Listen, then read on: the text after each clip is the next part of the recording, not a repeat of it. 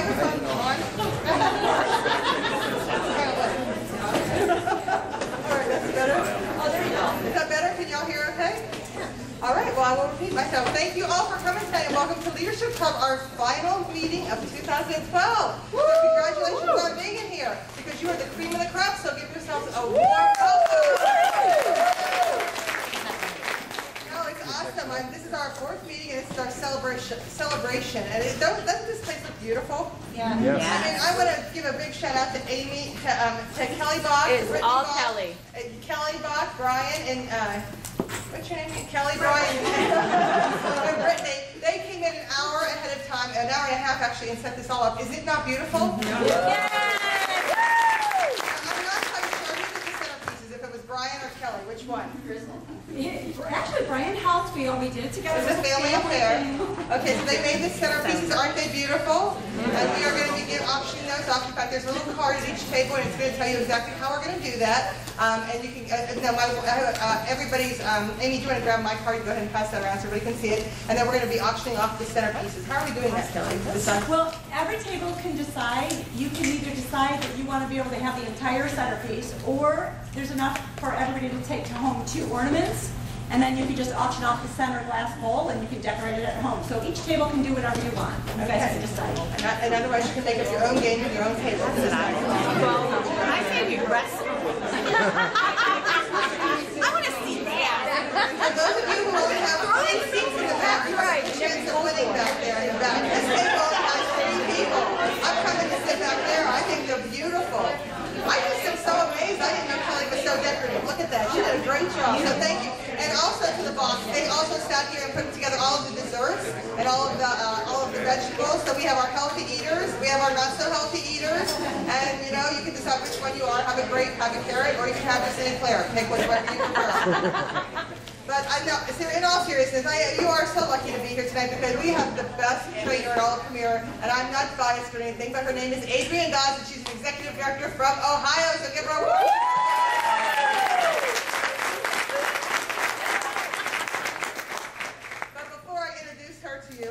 I just want to read Joan's Keeping It Personal. Today is December the 3rd, and for those of you who were with us 2 years ago, you probably remember being at my house on December the 5th. Today's December 2nd. So for those of you who were with me 2 years ago, you all remember being at my house. It was December the 5th. That day I'll never forget. And Bob Olander came to do our end of this year celebratory leadership club, and he came in and he was late and he was very stressed out, which stressed me out. And he did a beautiful job, and then he left immediately, which is very unlike him. And on his way to my home, that was the day that Joan passed. And he found out when he was on his way to my home. So that this end of the year Leadership Club always holds a special place in my heart because of Joan, because I know that she has now been gone from us for 2 years. So with that being said, I'm going to read what she said for December the 2nd. It was called Strength for Service. For I can do anything with the help of Christ who gives me the strength I need. Philippians 4 verses 13. I talk about serving others a lot, and that's on purpose. I don't want to leave the impression that service is something you and I do just because we're such great people. No. Service is only service in the highest sense when we do it in love and out of a right relationship with God. The Lord needs our receptive heart. We need to make ourselves available to Him to use us. And as we do so, we will have the right motive for giving within the context of work or elsewhere. We may want to serve others. We may want to help others enrich their lives. We may be able to accomplish good things to some extent, but if we serve in our own energy, we will burn out and not be fulfilled in our business. Why? Because if we are not putting the Lord first, He will not be in our efforts. It all starts with God. Serving others and enriching their lives happens when we know the Lord and love people with His love. There you go. Isn't that awesome? So again, shout out, thank you again to the Bach family for doing all this. You did a great job. Thank you to the Logans, because look what they're doing. They're going to videotape this. And then for those of you who have ADD like me, then you can watch it again on the TNT, because I have to see something 8 times before I remember it. So that means I spend a lot of time watching things over and over again. Is there anybody else out there like me that has to see it more than once? Just let me feel your love, because I need to feel it. Okay, thank you. Just say everything twice. So just say it. Adrienne says, well, some of them have already heard that story. I go, say it again. They probably already forgot. I mean, but I tell you, some of the things in Premier, you do hear them over and over and again. And I mean, even at my level, I still hear the same things over and over again. And I need to be reminded that they are still true. And it's still important. And I still need to keep that in mind. But you know, today is Leadership Club, and we're in here to celebrate leadership, and that's really important because without leaders, where would we be? Where would our company be? And you know what? Just by being here, that's huge because I know you had to make a sacrifice. None of you, if you have families, you're not with your children. Some of you husbands, thank you guys for coming. In fact, let's give those husbands a warm welcome.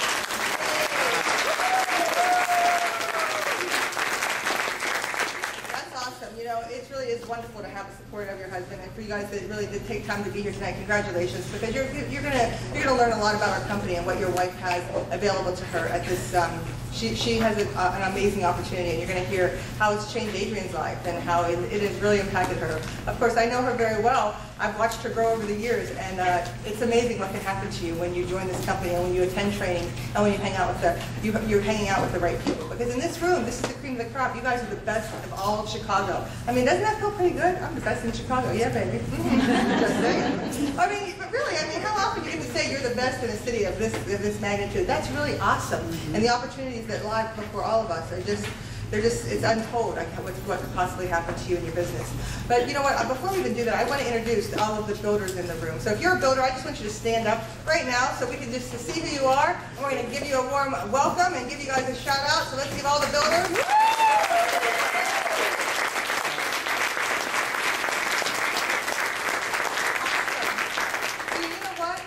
We have two brand new builders in the room, and I am so excited to promote them. And I love both of them. I love all of you, but these two guys, I'm just so excited for you. So new builders, come on up here and bring your husbands and introduce us. Come on, girls. You know who you are. You look at us. Yes, I am. And bring your husband with you. And so I'd like to introduce you to our first new builder, Maribel Medina from Upbrook. So tell me. My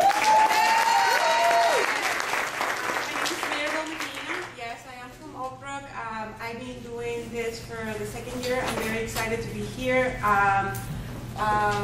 Dana is my mama now, and I'm very excited for that. What else can I tell you? I'm in the real estate business, so if anyone needs a house, I can help you. I can serve you in the area too. Well, that's all I can tell you. How many children do you have? Oh, I have 3 kids. I have a wonderful husband. I've been married for almost 21 years. My oldest is 19 years of age. I was with her in the zoo doing a project for college. I cannot believe it. But we were working on that. My middle one is 14 and my little one is 3. Is the one who changed my life around, and it's kind of like the reason why I'm doing Premier. Because I don't want to be outside that much. I want to be just focusing and having fun, and I'm doing that. Real estate it hasn't been fun for the past 4 or 5 years. So this is fun. Yeah. And next I want to introduce you to our brand new builder, Joanna Ramos.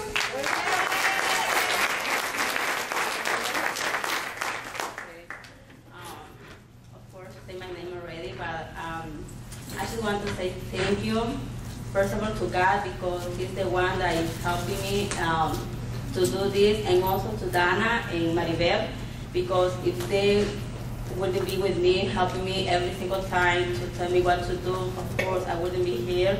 And also I want to thank my husband. He's so wonderful, and he's the one that helped me a lot because I don't drive, and he always takes me to the home show. And then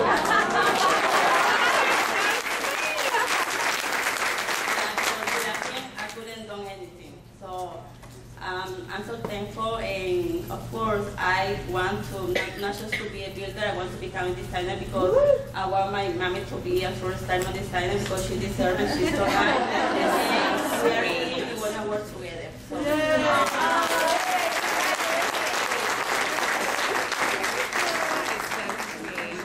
Okay, one, look at me. 1, 2, 3. Thank you. That's sweet. All right. And we have a new designer in the house, and I'm going to let Miss Amy Logan introduce. Well, this girl has been part of the Premier team since March, maybe? March, Joelle, right? Yeah, we're recognizing you, girl. So she is really on the fast track, and I know for certain, just knowing Joelle and knowing her story, that Premier is huge. It's been a huge impact for her, and we are so lucky and so blessed to know you because, girl, you inspire me all the time, just with the way you treat your hostesses and the way you love on them, and even more importantly, the way you call when you feel that you're struggling. A lot of people don't do that, and they don't want to call the rep line and bother them, and they don't want to, you know, pester or let people know, but you do. You reach out, and that's leadership right there. So that's you. So come on up here, Joelle.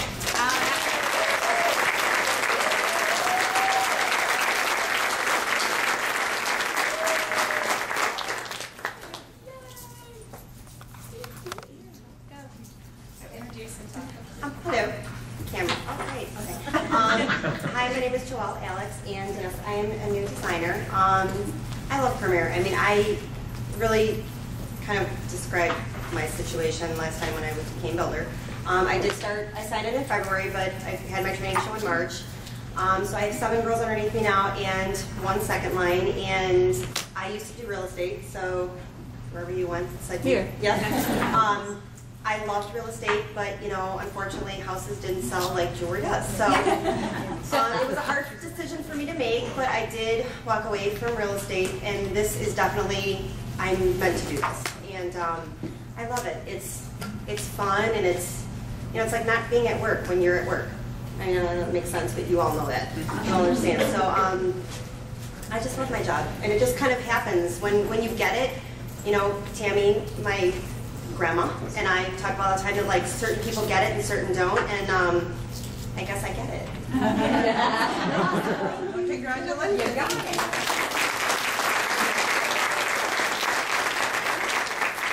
With that being said, I think we have a new one diamond in the house. Would you like to come on up here, Miss Julia?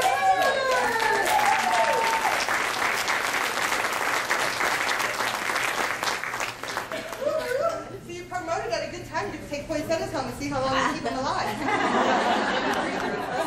Congratulations. All right, go ahead and tell us about yourself. Oh my gosh. I love Premier. I've loved it since the day I started. I didn't think I would. I am not a people person, and I'm not good talking in front of people. So I thought it was going to be a really short-term gig for me, basically. And that was 3.5 years ago, and I love it, and I've learned from it, and I've grown from it. I've become a better person because of it, and I tell people that all the time.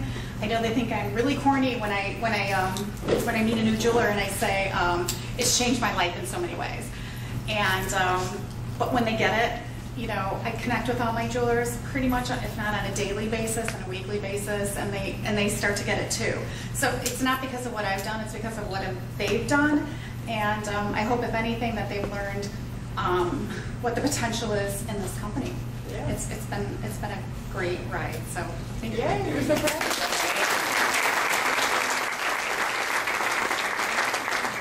It's really awesome to see all the promotions in Leadership Club, and it's fun to watch the promotions that have promoted this year because we've had a lot of promotions this year. So what we're going to do next is, if you have promoted this year, I don't care what level you promoted to, I want you to stand up right now if you have promoted at all this year. So give yourself, please stand up so we can see who you are.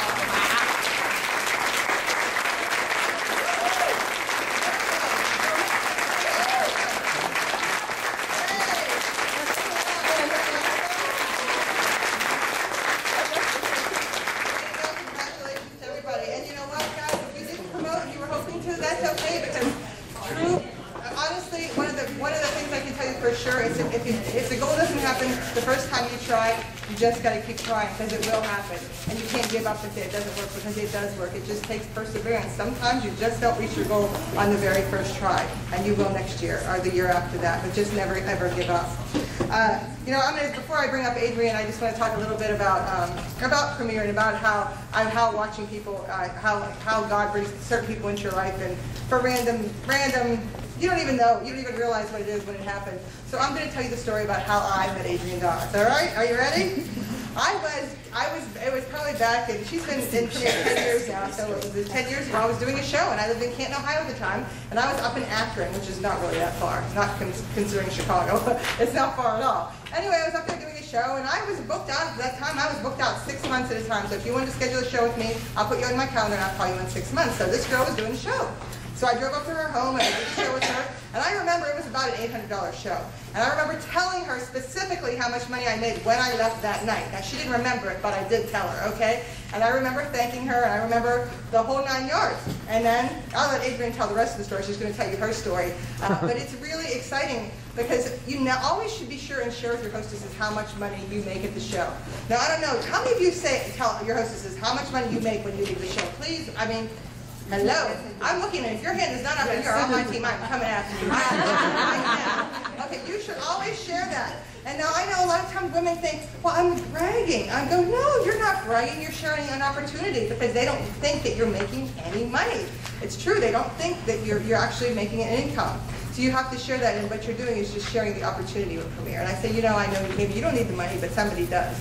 But always leave that information with them because you never know what could happen with that information. They may not remember, as is in the case of Adrienne, but they do remember. So anyway, she got a lot of free jewelry. She went to work the next day, and Adrienne happened to just work with that girl.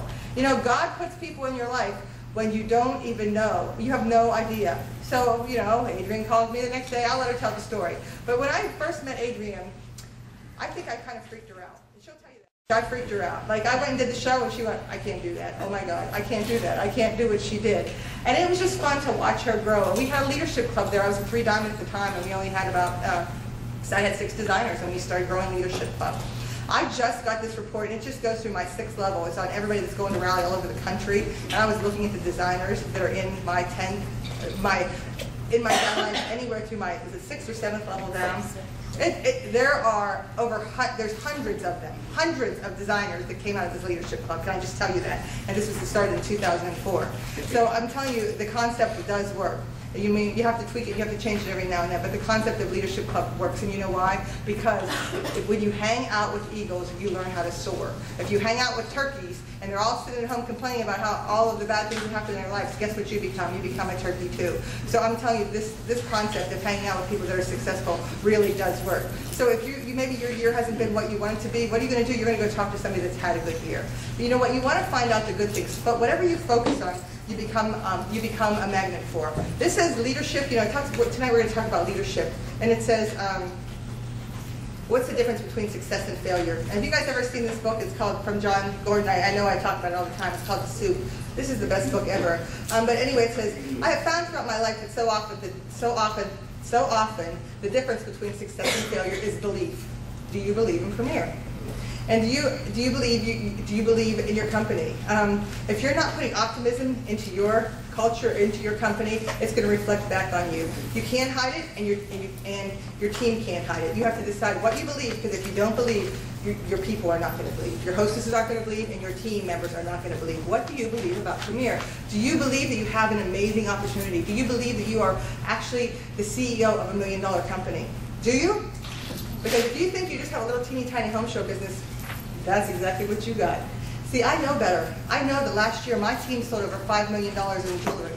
I know that for a fact. My team, my 10-10-10, that's not through my 7th level, that's my team, sold over $5 million. I honestly tell you, how many companies do you think have a $5 million revenue stream? I'm the CEO of that team. That's my team. They sold $5 million. Do you know how much your team sold last year? If you have a team, you should know that. Do you know how much Premier sold? Close to $500 million in jewelry last year. That's B with $1 billion. You might want to write that down. Not exactly. That's B with $1 billion. Can I ask you how many companies sold high fashion jewelry? How high fashion jewelry have sold $500 million in jewelry last year? None, except for Premier Designs. They sell more jewelry than the other companies. That's pretty amazing, considering that's all we sell. That is our product. It's a means to an end. So you have to really be proud of what you own. We have Rally coming up. How many of you are going to Rally? And if I don't see every hand up, I want to see. I'm looking right now. Hands up. Come on. Get them up, girls. Okay, all your hands are going to be up.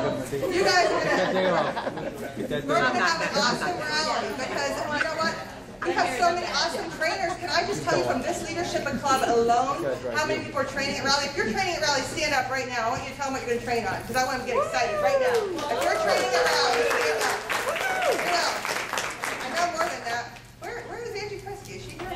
Oh, she's not here. Who else? We have Tracy Coleman. Who else? Sarah Huffman. Okay. All right. Tell them what you're training on, because she's gonna rock your words. She's gonna train. This topic sounds kind of scary. That's why I asked her to train on, because we know Amy's fun. So Amy's training on what, Amy? ethics and integrity. What is right and what is best for Premier? There you go. All right, and Kelly, what are you training on? Keeping it personal with your customers. There you go. So aren't you excited? And I'm going to be training on your Premier Why. Why do you do Premier? And that's one of my most passionate subjects, because why you do Premier today is not why you're going to do Premier in 10 years. My why today is not the same why it was 12 years ago when I started. I wanted to make $500 a month because I was making zero, and I thought that sounded like a lot of money to me. And now my why is not $500 a month. But my why is to really teach other women how to make $500 a month, because I know that can rock your world. And it's a good starting point for a lot of people. But anyway, back to Adrienne. So Adrienne starts selling Premier. She starts doing shows. She's nervous, just like every one of you were when you started. And she was excited, but she was nervous. But you know what I think I see one of the strongest qualities that she has always had ever since I've known her. She's always optimistic. She's very realistic. She's optimistic, but she always focuses on the positive. She didn't focus on broken jewelry. She didn't focus on hostesses that canceled. She didn't focus on the winter storm that was going to prevent her from doing whatever it is. She didn't focus on the fact that she had 3 teenage kids, one of them which I remember was giving her a really, really hard time at one period of her life. And now that one's way older. I mean, it's just, I've seen her life go through a lot of transitions. And she has just always put her best foot forward. But you know what else she does that really is very admirable? She leads by example. She doesn't tell people to go out there and sponsor Seven. She makes Designer Circle every single year. I remember we were sitting at Raleigh in January when we were in Columbus. And she was happened to be sitting right beside me when they announced the Red Dress Gala. She looked at me and she goes, "How many more do you need?" I go, 5. She goes, "Me too." She didn't say, "Oh, I hope I do it." It's a given. It's done. She's going to get it done. And she said to me today, making that Red Dress Gala was hard, man. I really had to work hard for it. And we were both talking about how many people we sponsored this year and how many more we need to sponsor to make our 7. And I'm like, oh. She goes, "I know, we need to get to work." And I'm like, so it's like, it doesn't stop when you make executive director. We're still doing the same exact thing that everybody else in the room is doing. But she doesn't expect to not make it. She makes it every year. And she does. She leads by example. She is one of the hardest workers I have ever seen in my entire life. The woman makes me tired. When I talk to her, I go, "You make me work harder than I want to work." And so I have to step it up just so I can keep up with you. But she's never, ever, I get an email from her 2 in the morning, 4 in the morning. I go, "Do you ever sleep?" But her circadian rhythms are off. But anyway, she stays up all night and sleeps all day. She's like, But anyway, I want you guys to give her a warm Chicago welcome. Give it up for Adrienne Dawes.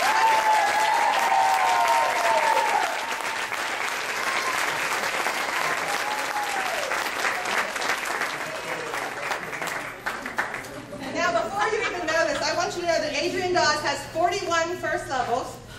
She has 145 second levels and 279 third levels, okay? She has 27 designers and 28 diamond designers for a total of 465 people on her team. So are you impressed? Yes. There you go. Thank you so much for inviting me here. I never want to interrupt Donna or correct her, as I know none of you do, but I just want to add something to what she said. When she asked, how many jewelry companies have sold $500 million worth of jewelry this year, she is correct. Nobody else, not any other jewelry company that we know of. And I just want to add that we have done that with the least amount of consultants. So that really sets us apart from any other of these jewelry companies out there. So I just wanted to share that with all of you. I'm so happy to be here tonight. This room does look beautiful, Fox. You put me to shame because I'm not foo-foo at all. Me either. So I have a couple things that I'm going to share with you. A couple of you asked for me to share my story. I know I've shared it before. So if you've heard it before, I apologize. If you're bored, you can just kind of sleep or do something.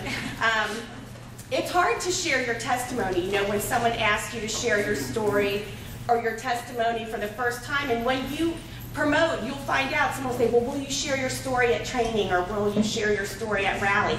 And you don't quite know where to start. How far back do you go? Do you go back to dysfunctional childhood, or do you start, kind of where your Premier story started? So I am going to start where my Premier story started, just for the sake of all of you and for time. I did start in 2002, as Donna said. And the story was exactly as Donna told you it was. I was not at a show. I'd never been to a Premier show before I started in Premier. And I'll tell you why I kind of was looking for something different. Back in 2002, I had just turned 40, so you can now figure out that I am now 50. You look good. Hit that big thing this year.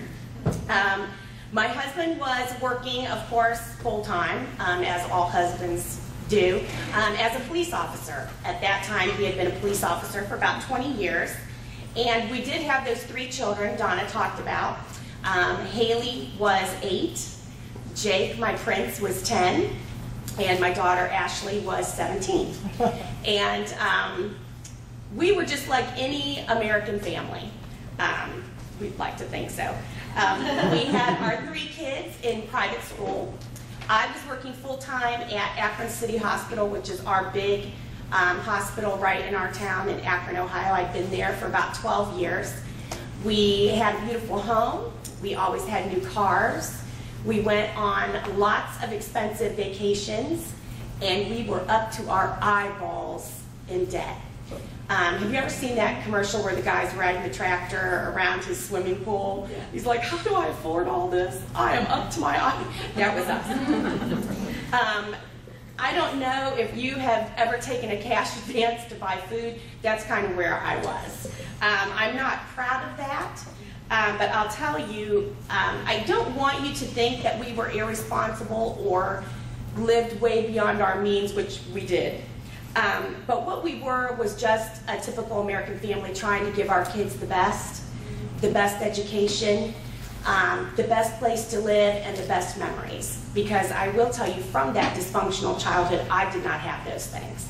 And so I was going to do everything that I could to make sure that my kids had that. Not probably the best decision to make, but that was what I did. We did have a side business for a while. We had decided that we were going to go into the balloon business. And so we started doing like balloon arches and balloon releases for weddings and corporate events and stuff like that. And it was a lot of fun for a while. I would work 8 to 5 every day. My husband worked 3 to midnight. And so when I got home, I would, by myself, feed the kids, give them baths, do the homework, and then I would cut thousands of balloon strings till about midnight. And then on Saturday morning, we would get up at 4 a.m. and start blowing balloons. And they were tied, your fingers were raw. You know, I said my husband's a police officer, balloons would pop, he would hit the floor. It was just not good. And we did that all day long, from like 4 a.m. to like 6. So by 6 on Saturday evening, we were really in love with each other, and it was really great. But it did bring in some extra money. It really went well. We did that for about 2 years, and it really helped out with the tuition. Well, as my daughter went to high school, she made the JV cheerleading team as a freshman, and so of course they cheered Friday nights and Saturday mornings. And I wasn't about to miss that, so there went the balloon business. That kind of went by the wayside, and I was right back into the same situation where I started. We had numerous garage sales.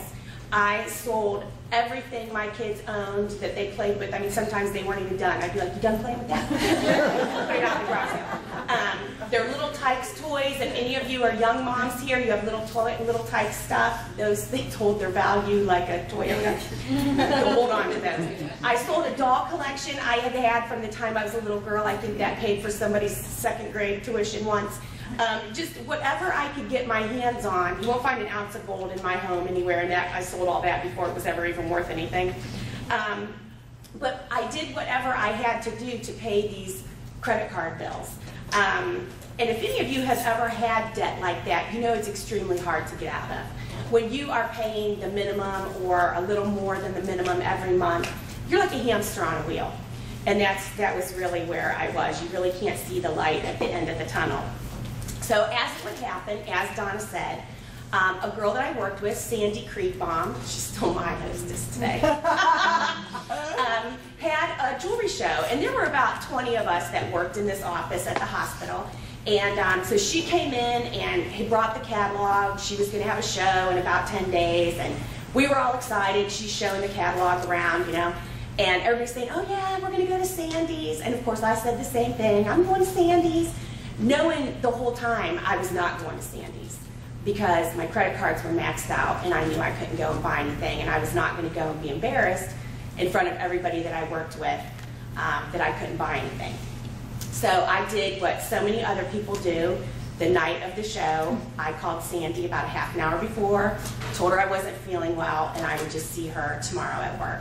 So when you go to your shows, I tell this to all my jewelers now, and people call the hostess a half an hour before the show, it's not that they're sick. Their credit cards are maxed out, and that's why they can't come. So that's it.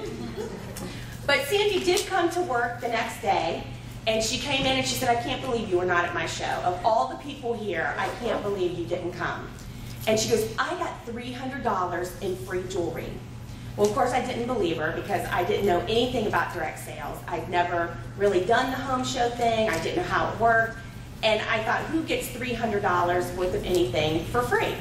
So, of course, I said, Sandy, no, you didn't. She said, no, I really did. She goes, everybody came but you, and we had a great show. I had $300 in free jewelry. And so, of course, my mind, you have to remember where I was. I was so far in debt. I was always looking, if I could have sold an ovary, I wouldn't have that. I just was too old, and believe me, let me tell you, a girl came to a show once and said, I sold an ovary and got $5,000. I'm like, where'd you do that? But I was too old by then. But anyway, now I got myself so off track. But so anyway, I said, well, if you got $300, Sandy, I said, how much did the girl get that was doing the show? And Sandy didn't know. She was all about the free jewels. So at lunchtime, I got the catalog from her, went back to my desk early from lunch, and I called this woman whose name was Donna Marone on the back of the catalog. And I said, hey, I think I want to find out about what you do. And she said, great. She goes, can I come over to your house tomorrow? I said, sure. And then I asked the question everyone asked, and I said, is there a fee to get started? Is there a startup cost? Because, of course, I had $0. And she said, yeah, there is. We'll talk about it tomorrow. Which is absolutely the smartest thing she could have ever said to me. And I want you guys, if you do learn nothing else tonight, do that. And I tell everyone, it's not that we ever want to deceive anyone or lead them on. But if she would have said to me in the position I was in, yes, it's $1,100, I would have said, okay, thank you, and I would have hung up the phone. And I would have totally missed this opportunity that literally has changed my life, my family's life, and 465 other people on my team's life. And so just tell them, we can talk about it when we meet, we'll get together and discuss it. Come to bracelet night, we'll talk about it. I'll meet you at Panera to tell you.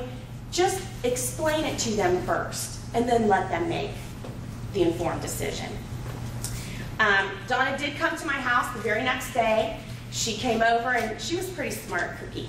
She came in and she said, we have some limited edition jewelry. Here's a watch that we sell. Here, you can just have that. I was like, oh, cool.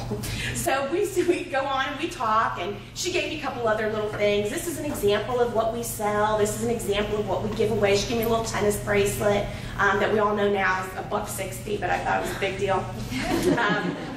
But she came with her flip chart. Did a one-on-one. That's all you need. Flip, flip, flip. We go through the flip chart. And I knew right away it was something that I wanted to do, but that 1145 was stuck in my head. And I thought, how am I ever going to pay this 1145? Wasn't sure I could get the credit card with all of my credit card debt, and of course I wasn't going to tell this strange woman, my whole sordid tale. And this is part actually of my OP. Donna has seen me do it, so I'm not talking about her behind her back, but I had written some notes. You ever do an OP with somebody and they write down some things, and I had written 1145 on a piece of paper. So we got to the end of the OP, and she said, so, what do you think? And I said, well, I think it's great. I think this is really the answer of what I'm looking for. I could do one of these a night, and really, this would really help my credit card problem. And she says, great, whips out the paperwork. And I said, well, I'm going to have to think about it, and I'll let you know.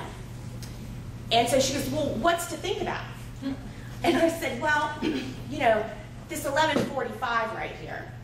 I pointed to it on the paper, and I had a pen in my hand, and she literally grabbed the pen out of my hand, crossed out 1145, and said to me, oh my God, this isn't even going to be an issue for you in about 30 days. You're going to go out and you're going to do about 4 to 6 home shows, make all your money back, and then you're going to be making 50% every single time you leave the house. I thought you said you needed money. Word for word. That's part of my OP. And so 2 things happened to me right then.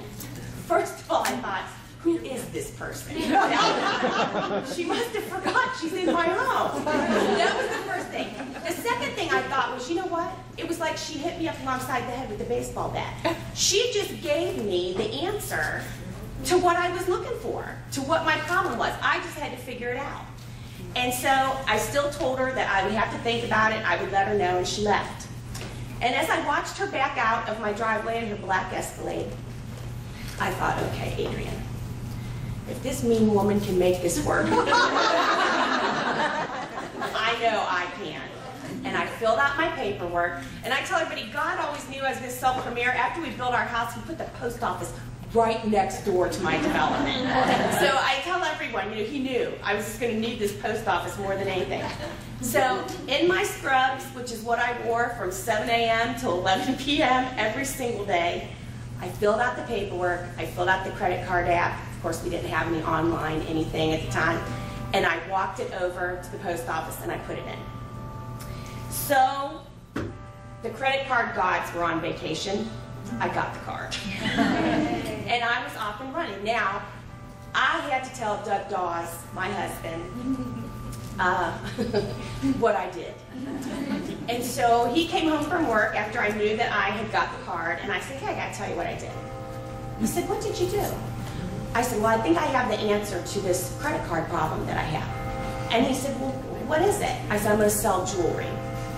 He goes, you don't wear jewelry, which I did not. I wore scrubs every single day. I had a watch, diamond stud earrings, a gold cross, and a wedding ring. That was it. Didn't even have a jewelry box, didn't need one. I didn't wear jewelry. And I said, well, I know I don't, but I'm going to. Where do you get the jewelry? So I told him all about Premier. Premier was in business about 17, 18 years at that time. So I told him about Premier being a debt-free company, how they were a biblically based company. They operated on nothing but cash. I did everything that I knew a man would love. That's where I went. And he goes, well, how much was it? I go, well, it was like $1,100. And he said some other stuff. I don't know what he said. And I said this to him, you know what, I'm going to try it. I'm going to try it, I'm going to see if I like it. I'd never sold a thing in my life. Medical was the only thing I'd ever done since I was 18 years old. And I said, I'm just going to try it. If I don't like it, I'll do 4 or 5 shows, I'll pay off my investment, and the worst thing that's going to happen to me is I'll have $2,000 worth of jewelry. And I don't know if that's really a rational way to think, or that's how in-debt people think. I don't know. But that was what I went with. And so people always ask me now, when was it that I saw I could really make good money doing this? Because my original plan was I was going to do this. I started in July, that I was going to do this till Christmas. And I was going to pay off as much debt as I could. I was just going to work this like crazy, and I was going to take that money and I was going to pay off those credit cards, and then I was just going to go back to my regular little life the way it was. That was my plan. So people always say, you know, when was it? What was the turning point that you really saw you could make a business out of this? And I can tell you, it was my 3rd show. And when I started in July, it was right after Rally, was my training show, July 24th. And so it was 50% hostess benefits. And so all of my neighbors wanted to have a show right away. And so I had actually booked 3 shows the first week after my training show.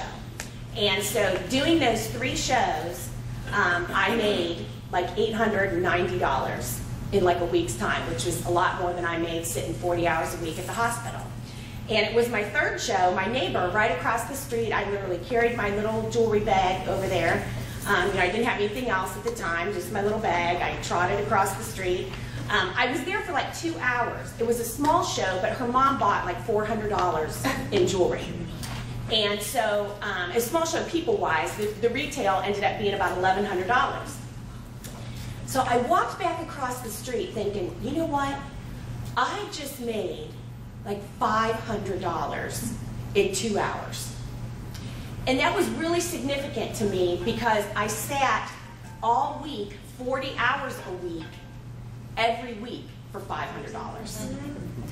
And so, in fact, my paychecks, I still remember, I can tell everybody, after taxes, every Friday, I made $497.10. Oh, I'm right there with you. That was my bring-home paycheck, was $497.10. So to make $500 in 2 hours, I walked right in the house and told Doug Dawes, I think I gotta quit this full-time job. And he goes, I think you have lost your mind. And I said, listen, I just made $500 in like 2 hours. He said, you mean the show was $500? I said, no. The show was almost $1,100. I just made $500. I think there's really something to this, and I really think I have to quit because I'm wasting my time at the hospital. Well, he didn't want to hear any of it. We'll continue with that later. But in January, I did not quit in December. It was going really well. In November of that year, I did 19 home shows. Dawn and I were just talking about this today because she had a Christmas party at her house. I did 19 home shows, and my profit from the shows that month was a little over $5,000. I'd never made $5,000 in a month in my life. I never would have at the hospital. That was huge for me. We had a cash Christmas for the first time ever in our married life. It was just huge, and I thought, I cannot give this up. I just can't give this up. There's something to this. I had accidentally sponsored in November. It was by pure accident. I was not going to sponsor. I was working full time. My prince was playing travel hockey. We were gone every weekend. There was no way, I didn't have time for it. But a girl came up to me at one of those 19 shows and says, can I do this? Sure, I don't care. Needless to say, she's not a jeweler anymore. Wasn't very good with her. But so it wasn't that like I was making this big commission check. In fact, everybody always says, what was your first commission check? $12.57. So if that's what your commission check is, you have to start somewhere. You really do. But I did continue to torment my husband about quitting my job. But he did accompany me to my first regional rally in January in Pittsburgh. It was very exciting. I had no idea what to expect, thought it was a little crazy. But I was so proud of my sponsor at that time, One Diamond designer, Donna Marone, who trained there. And I just thought that was like the biggest thing. Who gets to be One Diamond? That was like so big. But women talked about the money they made, how Premier had really impacted their lives, and it really moved me. Well, it really moved Doug Dawes, because all the way home from Pittsburgh, it wasn't me talking, it was him talking. And he said, okay, we gotta get home. You gotta do this, you gotta do this, you gotta do this, you gotta do this. You know, all he had to hear was a couple other women say, hey, I made 60 grand this year, I made 70 grand this year. He's like, okay, chop, chop, we gotta get home and make some. So one thing that I heard there was a woman that said that she had started offering spaghetti dinners in her home once a week, once every 2 weeks, and invited women over for spaghetti dinner to hear about Premier, and it was really working, and she was signing people up. Now, I've only been in the business 6 months. I didn't even really know how to even do the flip chart. I wasn't going to sponsor, but I thought, well, shoot, I can do that. One problem, I didn't cook. So that was a problem. But there was a really great Italian restaurant down the road from us that had great pans of lasagna. So I started lasagna nights. Now I have one jeweler at this time. I did sign up a second jeweler in January doing the lasagna night. I signed up another one in February. I signed up another one in March. I became builder. And these were just women I was inviting to lasagna at my home shows. I would go to my shows and I would say, hey, I'd love to tell you what I do. Come on over for dinner. It's a free lasagna dinner. Bring your husband. I mean, if they were in debt like I was, that was a free dinner. So I started doing these OPs in my home every Monday night from the time I got back from rally, and I still do them today. It has been 10 years of some type of OP in my home every single night. We did lasagna night for about 2 years. That got kind of expensive. Then we went to purse night. Is anybody here old enough to remember purse nights? Amy does, yes. We did purse nights. Anybody that came got a purse. That kind of got to be kind of just a pain in the rear, always having purses all the time. So now we've gone to bracelet night. And now we're going to something else, which I'll share with you in a little bit. But we do the $1.60 bracelet. I provide them all for my entire team, anybody that comes, so we always have hundreds of them there. It's $1.60. And women love those little tennis bracelets. So I still have done that for 10 years. I did quit my job that May of 2003. So about 10 months into Premier, I got rid of that full-time job, which I thought would never happen. And it was a great move because my grandparents actually raised my sister and I. And right around the start of that year, our grandpa got real sick. And my grandmother didn't, well, she did drive, but she shouldn't have driven. So I had to drive him to all of his appointments. And so when I quit, I was able to take care of him, which was such a blessing. I never would have been able to take care of him, drive her around, and really spend that time with him because he did pass away about 6 months later. So, you know, God does have you right where you are supposed to be for exactly the right reason. So don't ever question that. I continue to work my business consistently, and that is the biggest key. Consistently working your business. My yearly goals have been the same since year one in this business.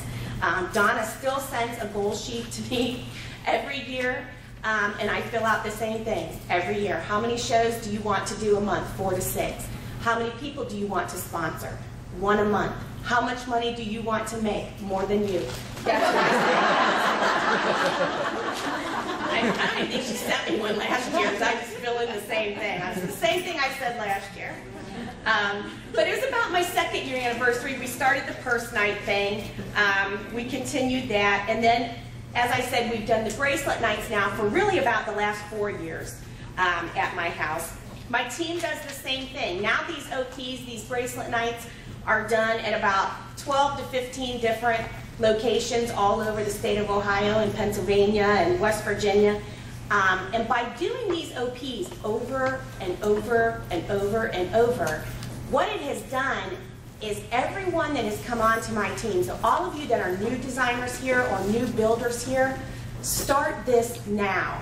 I will tell everybody, my team knows no other way. So people will say, what do you attribute some of this success to? Well, hard work, definitely. Consistency, number 2. But it's been the same repetitive activity over and over and over. It's taught my jewelers to do the same thing over and over and over. So now all of my leaders do it. Now their leaders will start to do the same thing. And that's where you just see your business blossom and really grow. So start it now as a new builder, a new designer. Everyone that comes on your team will think, this is just what we do. We get people in the business, we take them to Amy's house, and we talk about the business, and we sign people up. So start that now. It's never too late. As we finish up this year, I have to say I'm more excited than ever. We have some huge things planned on my team for 2013. We're going to shake it up. As Donna said, every once in a while you have to shake things up.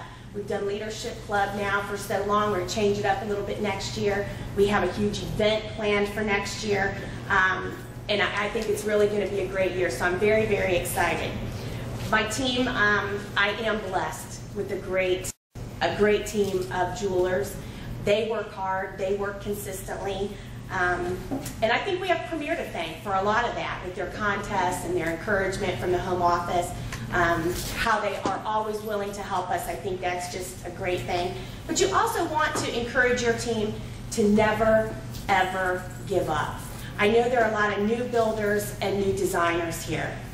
And I know sometimes it can be discouraging. We all see it on our own teams. You know, you get those 7 people, and that's such a huge promotion. It's really the biggest promotion that you can receive because you've done it all by yourself. You haven't done. Yet no one has helped you get there but you. After this promotion, your 1 diamond, your 2 diamond, and on up is going to be based on what your team does and really how good of a leader you are. But this one you did all alone. So you get those 7 people and you think, I have arrived, I've got it. Well, 5 out of those 7 just decide that, you know, they don't want to work, or they tried Premiere and it didn't work, or they were just going to do Premiere for 6 months and be done. And it can be discouraging then. I don't want you to be discouraged. You will have to sponsor about 20 people to get one that is willing to do what you're willing to do. So if you haven't found your superstar yet, don't give up. She's out there. You just have to keep looking. You just haven't done enough shows, or you haven't sponsored enough people to find her. She is there. I was the 16th person Donna sponsored. My superstar was the 16th person I sponsored. Her 16th person is not her superstar. But you know, you have to sponsor. You've heard Randy and Elizabeth say maybe that they sponsored 33 people before they found Greg and Melissa Terrell. Don't sponsor 7 and think, well, this just doesn't work for me, or I'm not making that kind of money yet. You have to keep going, keep sponsoring, keep building to find that person. I said to Donna today in the car, I am so overdue for another Stephanie Green. That is my superstar. I have a 7 diamond on my first level. I said, I'm so overdue for another one. She was, my God, you have 1. Don't be so greedy. You know, and it's true. I think if you get 1, you're so lucky. So many of you know Gayla Unger. She's an executive director out in California. And she said, you know, you don't know how lucky you are. I've been in the business 16 years. I don't have a 7 diamond designer. And so that just shows you, really, they come along few and far between. But if you keep working with the jewelers that you do have, and you keep sponsoring, and you don't give up, you will find her. You know, when I look back over these 10 years, I could have given up so many times. When I didn't have the money to start, I could have just not taken the chance. How many times do we talk to people and they say, well, that's a sign from God? Yes. No, it was a sign from God that you heard about Premiere. It's all in the way we look at it. We can look at it negatively, or we can look at it positively. It was a sign from God that you ran into me. That's the sign. When I didn't have family around, my family is my grandparents. I don't know how good a show was going to be with an 86-year-old woman. We can have some good shows, but that wasn't going to be the case with my grandma. And so I didn't have any other family to help me get started. I have one sister, and she now is in Oklahoma. She's my closest relative, 1,200 miles away. And so I didn't have family to help me. So I could have said then, you know, no one will help me, so I can't do this. Rather than, I have all these friends right here in my neighborhood, and the people I work with, I'm going to take a chance and I'm going to do it. When it was hard to work full-time and Premiere together, I could have said, too busy. How many women at our shows say, oh no, I work full-time, can't do it. They don't know. They don't know that. You have no quotas. You can work this as much or as little as you want to. And you want to make sure that you tell them that. When it was hard to work full-time, I have 2 daughters on competitive cheer teams, and my son played travel ice hockey every single weekend I was gone. I could have said, I have way too much on my plate.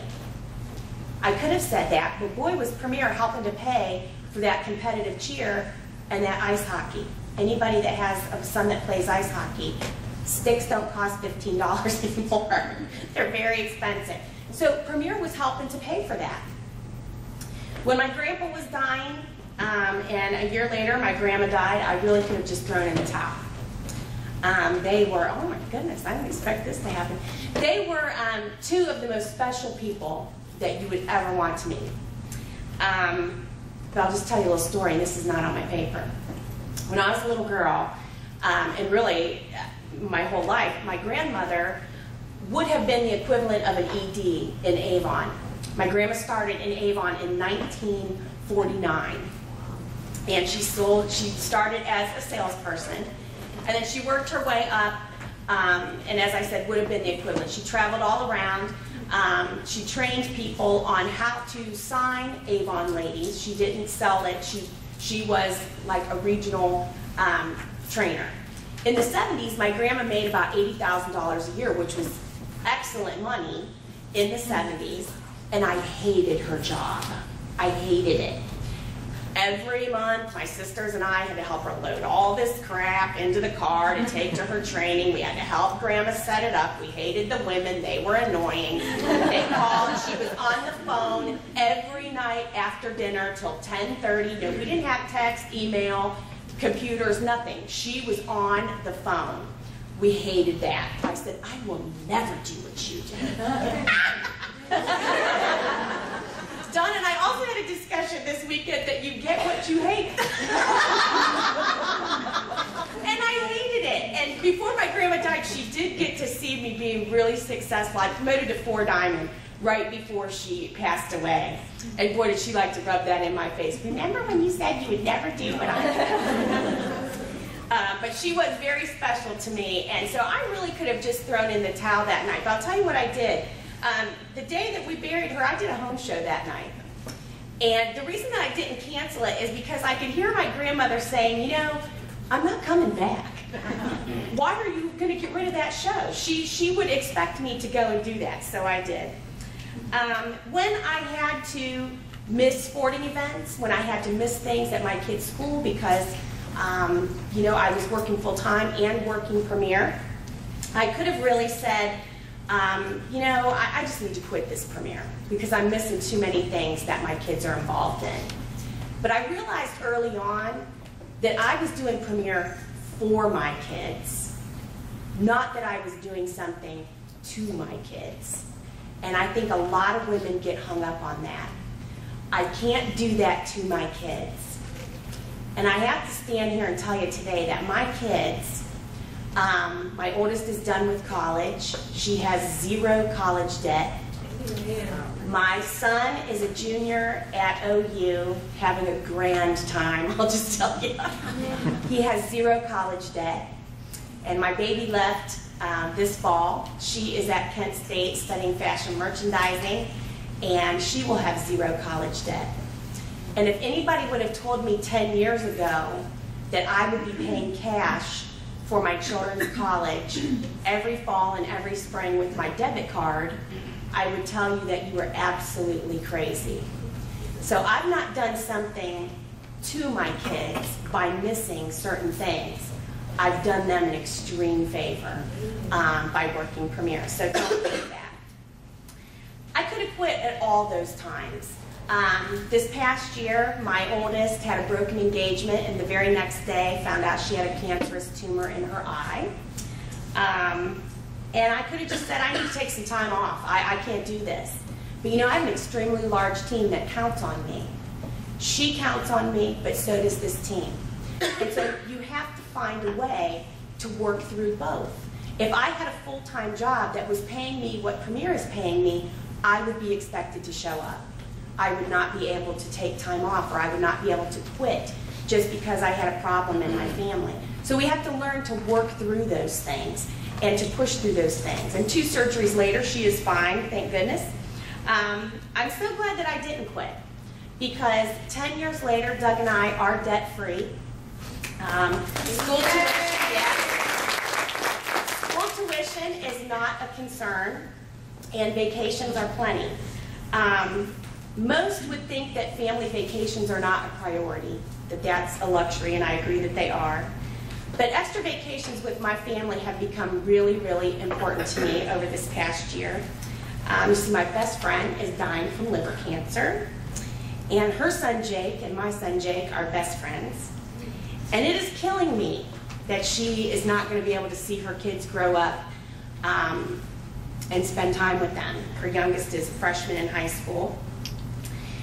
So this year I have made it a point to take as many vacations with my family that I can possibly take, and to create as many memories for them as I possibly can. And Premier allows me to do that. And I think it is amazing that through God and Premier, things are provided for you before you ever even know that you need it. And that is really, really an amazing thing. Remember, you are here for a reason. It just might not have been revealed to you yet. But truly the best part of being able to offer this opportunity to somebody just like me, someone in debt, someone that could not possibly have stood up in front of a crowd 10 years ago and talk, someone that needs a shot of self-confidence, someone that is very shy. I know nobody here now would guess that. I was voted most shy in my high school class. I don't believe it. I'll bring you my yearbook. But Premier has not given me only financial freedom. It's given me personal freedom. Tammy back there said it. You know, it has changed me as a person for the better. It's made me a better wife, better mom, better friend, people to be able to not only help my family but other women. So I hope that you will take this next year to really figure out what it is that you want, what you're looking forward to, and figure out ways that you can help women around you all over. Because seriously, that is my vision. It's what drives me. It's my motivation, and I hope all of you will let that be your drive too. And that's my story.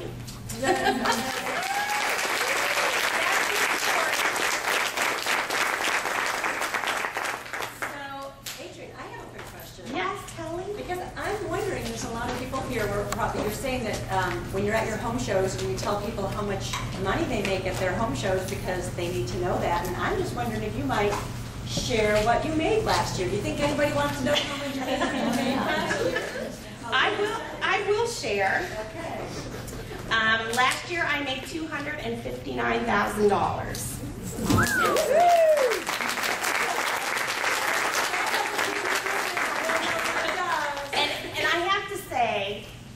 It's ridiculous. There's no other way to describe it.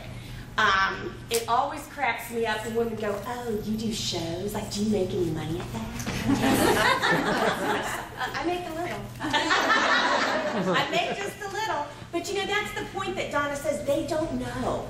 They have no idea what the opportunity is. They have no idea. You know, remember, I was that girl sitting behind a computer 8.5 hours a day for $18 an hour. If someone would have said, hey, 10 years from now, you're going to make $250,000 in a year, I'd have been like, what am I doing? You know, I would have had there would have been no way I would have ever made that kind of money. You know, my husband was a police officer from the time he was 21 years old. When I met him, he was just hired on with the Kent Police Department, and he's 6'3", so he was in and out of car for 28 years. He had a knee surgery, a back surgery, but he was planning on working till we were 56. He's 50 as well, and that is when our youngest, we figure she will be all out of school by then. So that was our plan, and Doug retired 2 years ago, all because of Premier. And so that was something that we never planned on him doing. He hit the 28-year mark. You have to be 48 to retire with the police department and pledge your retirement. And so as soon as he hit 48, he was able to go. And yes. How much money did you make your first 3 years in? I know you know your numbers like the back of your hand. My first year, remember I only accidentally sponsored that one girl in that first 6 months. So just in 6 months, from July through December of 2002, I made about $13,000, and that was purely profit from my home shows. Well, you know, $13,012.57. My second year in Premier, my first whole year in Premier, I know my profit from my home shows was about $28,000, and I'd made about $10,000 from my team. So my first full year, I made about $38,000.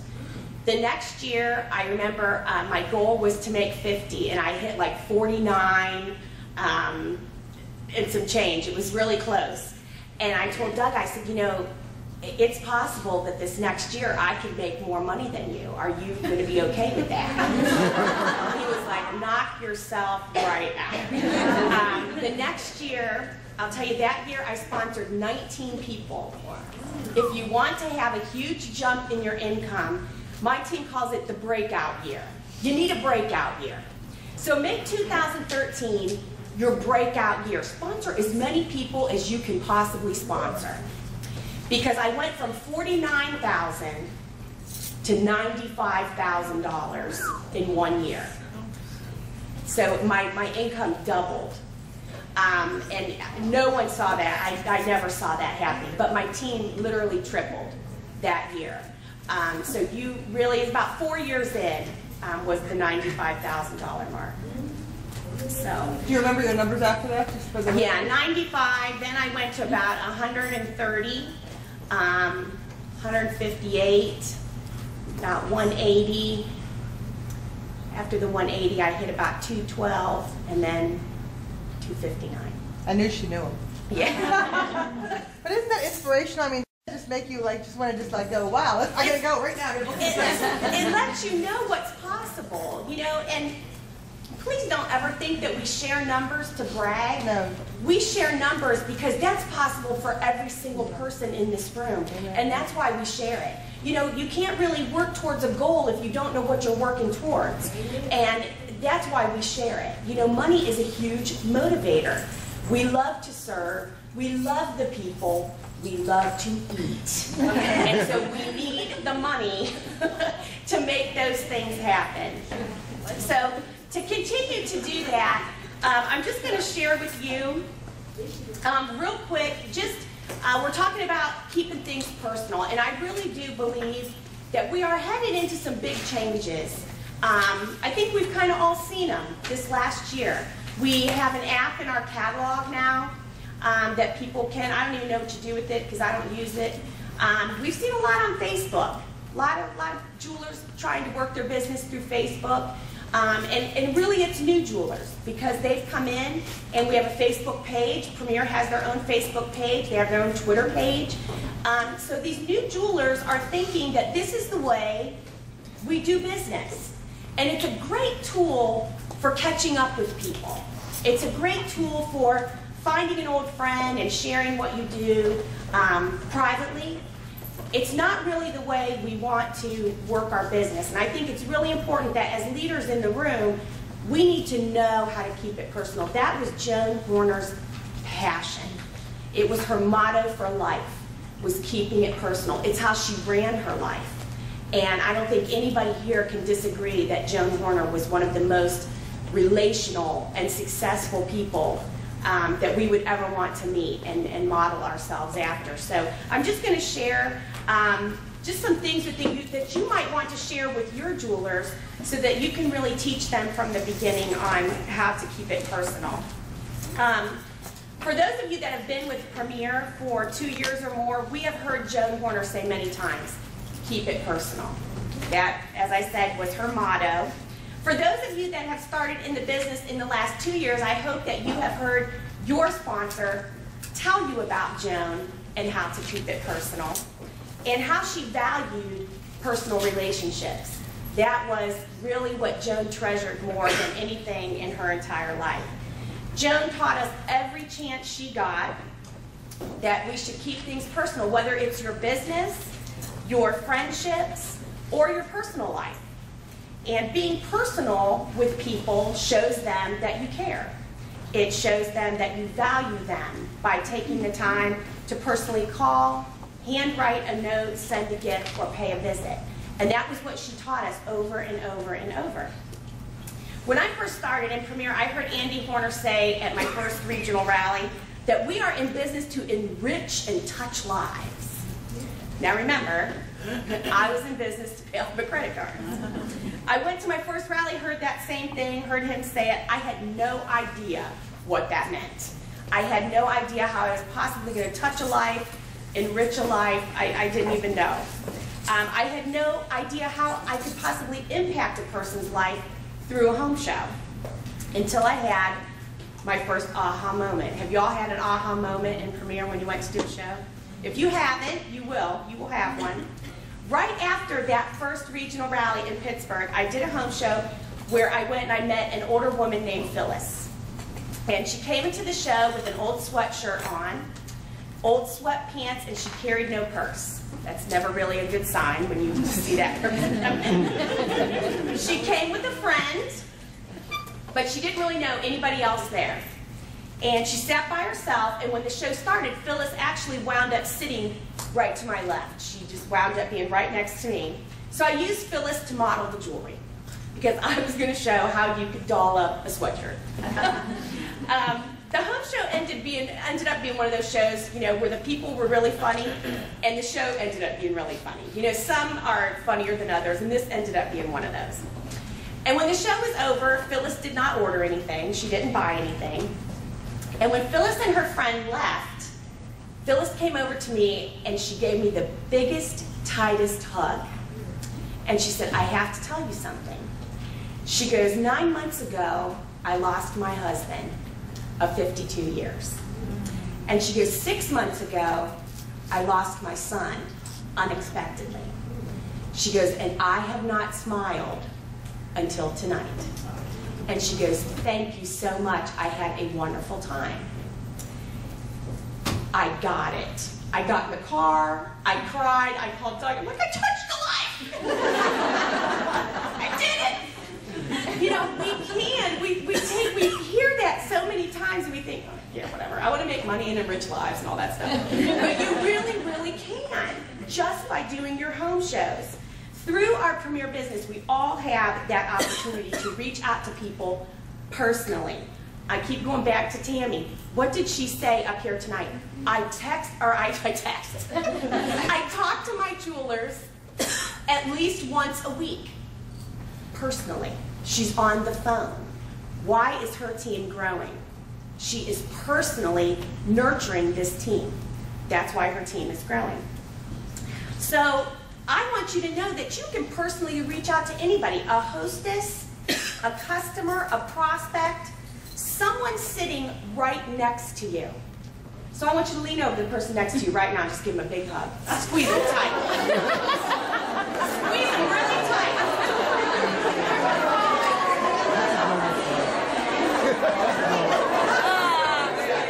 Really tight.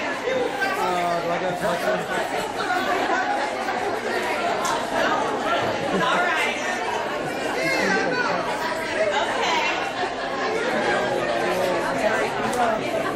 Now you know what you've just done? You touched a life. You just did it. So we are going to start this training right now about being personal because we've all touched a life. Let's talk about some other ways that we can keep our Premier Business personal. When we are new jewelers, what are new jewelers working on? As many bookings and hostesses as they can possibly have. That's what they want. That's what they're trying to get. They want their calendars full. We want our calendars full. If you are a seasoned jeweler, you know that bookings are the lifeline of your Premier Business. You're not going anywhere without a bank of hostesses and a full calendar. So you want to keep in contact with as many friends, family, and acquaintances as you can, because those are all potential hostesses. You have to keep personal relationships with these people. What is the best way to do that? To call them personally. There are a few different reasons you want to personally call versus an email or a text. Number one, it will make your friends feel special that you thought of them to help you get your business started if you are a new jeweler, or to take advantage of a great sale Premier is offering if you are a seasoned jeweler. Tell them you thought of them when you are making the call. I thought of you to help me get my business started. I thought of you as soon as Premier announced this sale. You are thinking of them, you're reaching out to them personally. Number two, calling someone is a personal invitation to have a show. Announcing on Facebook that you have free jewelry to give away is just that, an announcement. It is not an invitation to have a show, and it will be looked over. Let me repeat that. Announcing on Facebook that you have free jewelry to give away is just that, an announcement. It is not an invitation. You are just announcing it, and people will browse right over it. Emailing a list of people is not very personal. Your friends and family will see that they are just part of a big email group, and most likely will be deleted. How personal is an email? We can send group emails to 50 people. We're not picking them out special. We're not touching them in any way. We're not personally contacting them. It's just a big group email. Delete. Oh, sorry, never got it. Not very personal. Number three, by making a personal call to a friend, family member, or coworker, And personally asking them or inviting them to have a show is a lot harder for them to say no. In a text, would you like to have a show? No. Email, delete, oh, never got it. You are calling them. Did you ever think about you are inviting them to have a show, not asking them? I want to invite you. Invite me. I love to be invited places. Don't you love to be invited places? People are thinking of me. They want me there. That's a lot different. It's a lot more personal. After you have the show booked with the hostess, the first thing you want to do is home hostess coach them in her home. Hostess coaching is more personal in her home because she is comfortable there. That's where she is comfortable. By going to her home ahead of time to teach her how to have a great show, you are doing a few things. Number one, you are showing her that you are committed to holding her show and helping her get as much free jewelry as possible. You are personally going there. Number two, you are building that personal relationship with her. You will compliment her home and take her a small gift. My team takes every hostess a brownie mix. Do you guys have dollar stores here? Mm-hmm. Yes. They're $1. You walk in with your little home hostess coaching packet and the brownie mix. You walk in, oh, Susie, I love your house. Oh, here's a little something to use the night of your show. Oh, it's $1. Guess what you just did? You endeared yourself to her, you made a personal gesture, and she is not going to cancel that show now because you gave her a personal gift. Cost you $1. Number three, by home hostess coaching in the hostess's home, you can personally talk to her about Premier, an opportunity where it is not rushed, and again, she feels comfortable. You will be amazed how many of your hostesses you will sponsor this way. If you are not personally going to their home and sharing the opportunity, I'm telling you ladies, you're missing the boat. I just want to do just a little visual here.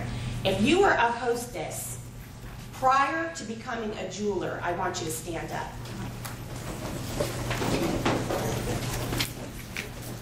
Look around the room. That's a lot of hostesses you could have sponsored. You will sponsor half of your hostesses if you will go to their home and personally tell them about having a home show. Number four, being with your hostess in her home also lets you address common questions that are being really brought up quite a bit by our hostesses, such as, can I send out an e-invite or Facebook invite to my guests for my show? Here is the answer you want to give. You are welcome to send out a Facebook or email save the date announcement for your show. However, you will get the best turnout with a personal invitation.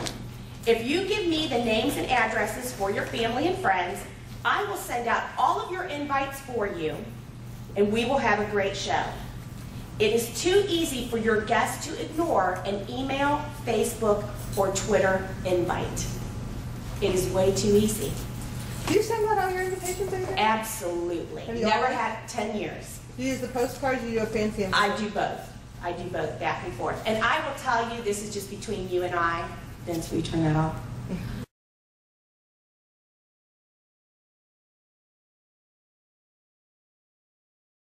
That's what I say. I mean, I'm not doing my job for the hostess if I don't do as much work as I possibly can to make sure that she has the best show possible. I'm not serving her the right way if I'm not personally doing that. And I say, yeah, go ahead. Is it easier for me for her to send out a Twitter or Facebook or email invite? Sure it is. That's way easier for me. Is it going to be a waste of my time that night? Yep. And is it going to be a waste of her time? Absolutely. We have got to train our hostesses personally how to do that. Adrienne, yes. Can you repeat what you say when they ask again? Sure. Thank you. Yep. You are welcome to send out a Facebook or email save the date announcement for your show. However, you will get the best turnout with a personal invitation. If you give me the names and addresses for your family and friends, I will send out all of your invites for you, and we will have a great show. It is too easy for your guests to ignore an email, Facebook, or Twitter invite. You're welcome. Or, how many of your hostesses have asked you now, is the catalog online that I could show my friends out of town?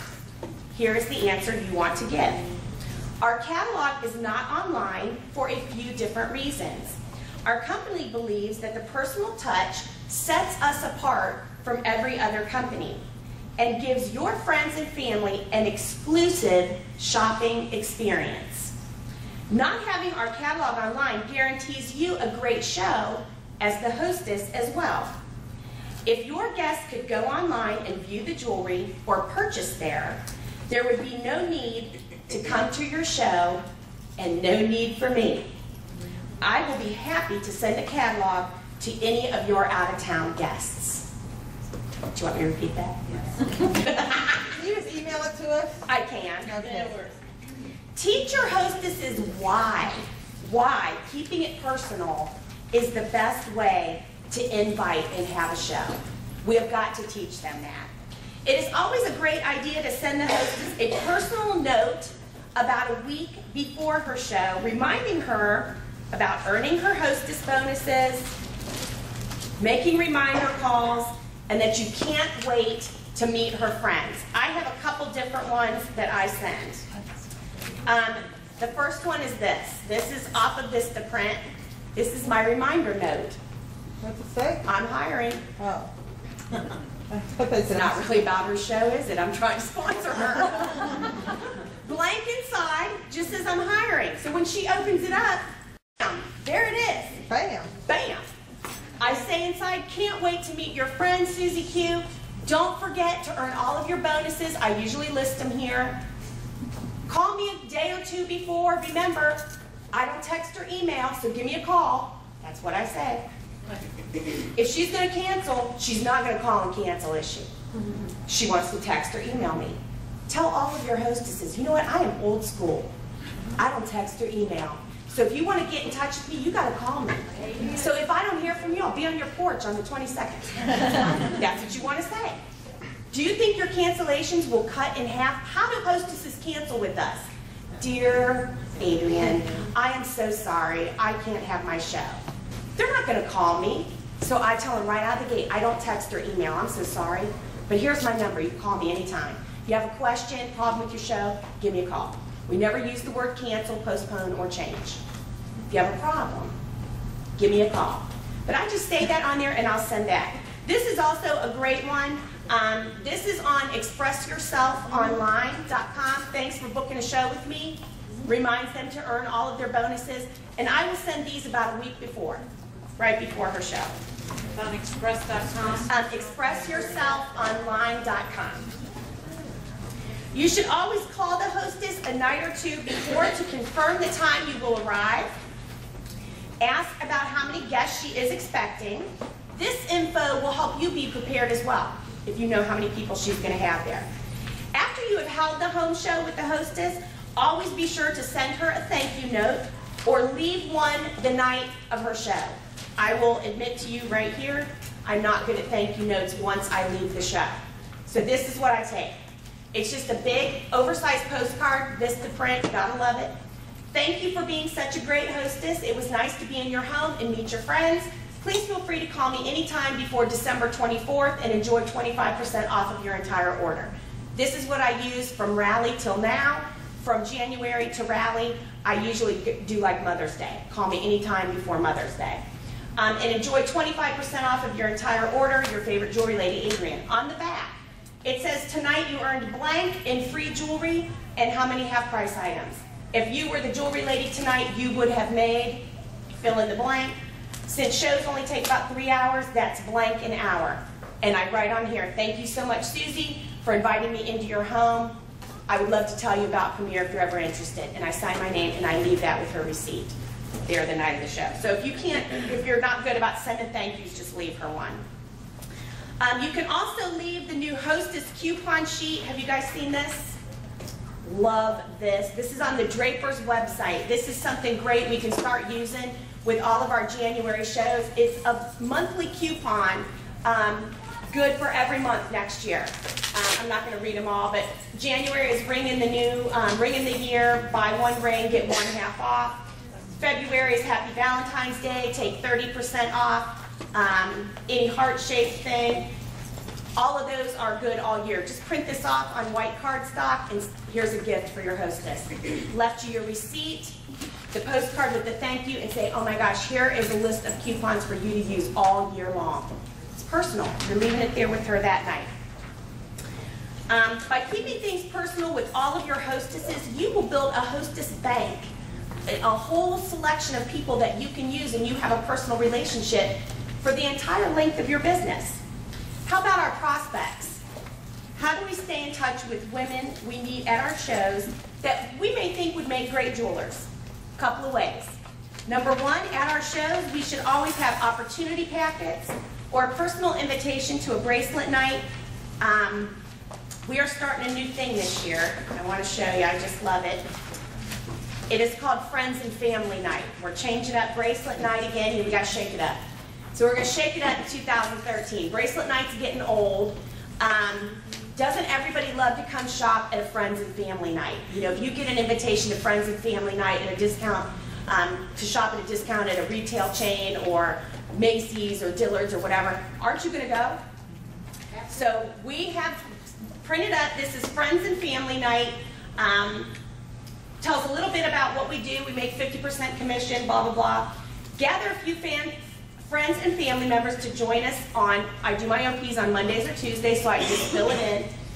At our Friends and Family Night, you and your friends will get to hear about Premier, and you will receive a free bracelet just for coming. We're still doing the free bracelet. And there's a $25 shopping pass right here. These are available on the Draper's website. You can buy them there. They're also available on Premier Incentives. So you can make these for whatever you want to. I do $25. If you want to do $10, $20, whatever. But whenever you're offering something, think about what would move you to go. If $10 would move you to go, then do 10. It's probably not going to move me. $25 gift card will move me. And so think about what would move you to get them to go. I give these to every single person that leaves my show. And here's what I do.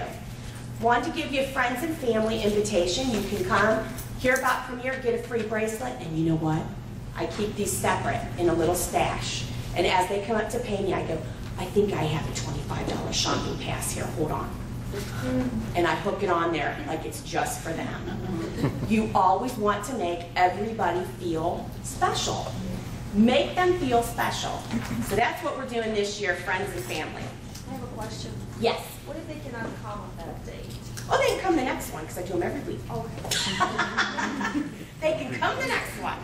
Number two, personally follow up with the people you meet at shows or out and about with a handwritten note or another invite to bracelet night.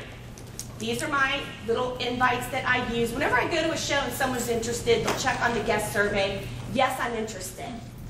The minute I get home, well, the minute they walk away from the table so that I don't forget, I put a big star on their order form. So when I get home, I separate the stars from the non-stars. And this goes out the very next day. And it just has my name on the front, Vistaprint again. Inside just tells about Premier, what we do, 50%, what they can use it for. They're invited to Friends and Family Night. I put the date here, and I personally write a note up here. Dear Susie, it was so nice meeting you last night at Carol's show. I can't wait for you to come and hear about Premier on whatever the date is. I know you're going to love it. I think you'll be great at this, and I know you'll love the money. And I send that to her the very next day. Now remember, we have a Friends and Family Night that following Monday, so it's not long. When I follow up with her over the phone, she'll receive this. When I call to follow up with her over the phone, I'm not going to call her and say, hey, Susie Q, just reminding you about Friends and Family Night tomorrow. Are you still interested? She's already interested. You got her interested at the show. She asked you about it, told you she was interested. You're already there. You're halfway home. So all you're going to say to her now is, just wanted to make sure you didn't need directions. I've heard her say this. She all I has say. me on one ear, and she's telling this other person in the other ear. She really does do this. That's I all, swear to and that's God. all I've ever said. It's not a yes or no. I mean, she has to say, yeah, I got the directions. And she's going to say one of three things. Either, yes, I know where to go. No, I need directions, or I can't come. And if she says I can't come, I say, no problem. I have it again next week. Do you want me to remind you? She'll say yes. I send her another card. Can't wait to see you next week. I've done this sometimes for 4 months. Can't wait to see you next week. Until they say, don't ever call me again. I keep up this little song and dance. It's a personal relationship I'm building with her. You know, how many of you, with our kids and everything, sometimes Mondays or Tuesdays just don't work. And until she gets a free Monday, it's not me, it's not Premier, it's just her schedule. And so that's what we want to do. Or you're going to make an appointment to meet her privately. That's another thing that you can do. So you're going to follow up with them, inviting guests to an OP or bracelet night on Facebook or Twitter. Again, will be overlooked as it will be viewed as an announcement. They're not going to come. They're not personally invited. Creating a personal relationship with prospects will build trust and friendships. Women are much more likely to sign up with someone they know and someone they trust. That's only going to come from a personal relationship. What about our teams? Our upline, sideline, downline? What are some ways to keep it personal with them? Hopefully your team has a system in place to get new jewelers off to a great start. I hope that all of you have that. It is so important to have personal contact with new jewelers on your team, especially in the first 30 days. You want to make sure all jewelers get off to the best start as possible, and they will have many, many questions. I know that I did when I started. The problem is that most jewelers will be a little shy, they'll be a little intimidated about calling you in the beginning. They don't want to bother you, they don't want to appear stupid, they're embarrassed to call, and so they won't. So we have to keep in contact with them, absolutely, every week for the first 30 days. Number one, a couple ways you can do that is assure them that they can call you at any time. You want to talk to them. When I sign a new jeweler, I tell her, please call me. Call me, call me, call me. Don't sit around and wonder about something. That's what I'm here for. I want you to call me. Number two is use the call me sheet. I don't think I printed one off. You guys all know on the Premier website, it's under business forms. It is just a sheet that you can give your new jewelers. You should be giving it to every new jeweler. They call you after their first 10 home shows. Give them a gift at the bottom, and it can be anything that you can afford. If my new jewelers call me after the first 10 shows, I give them $50 in free jewelry. Do whatever, you put whatever you want to on there. You're encouraging them to call you, share in their excitement. You can encourage them, pump them up, but the one thing you want to know is, did they get any bookings? That's what you want to know. And that call me sheet is so important, because if they're not getting bookings at the first show and they say, no, I didn't, you can say, that's okay, that happens a lot. You might have been nervous, no problem.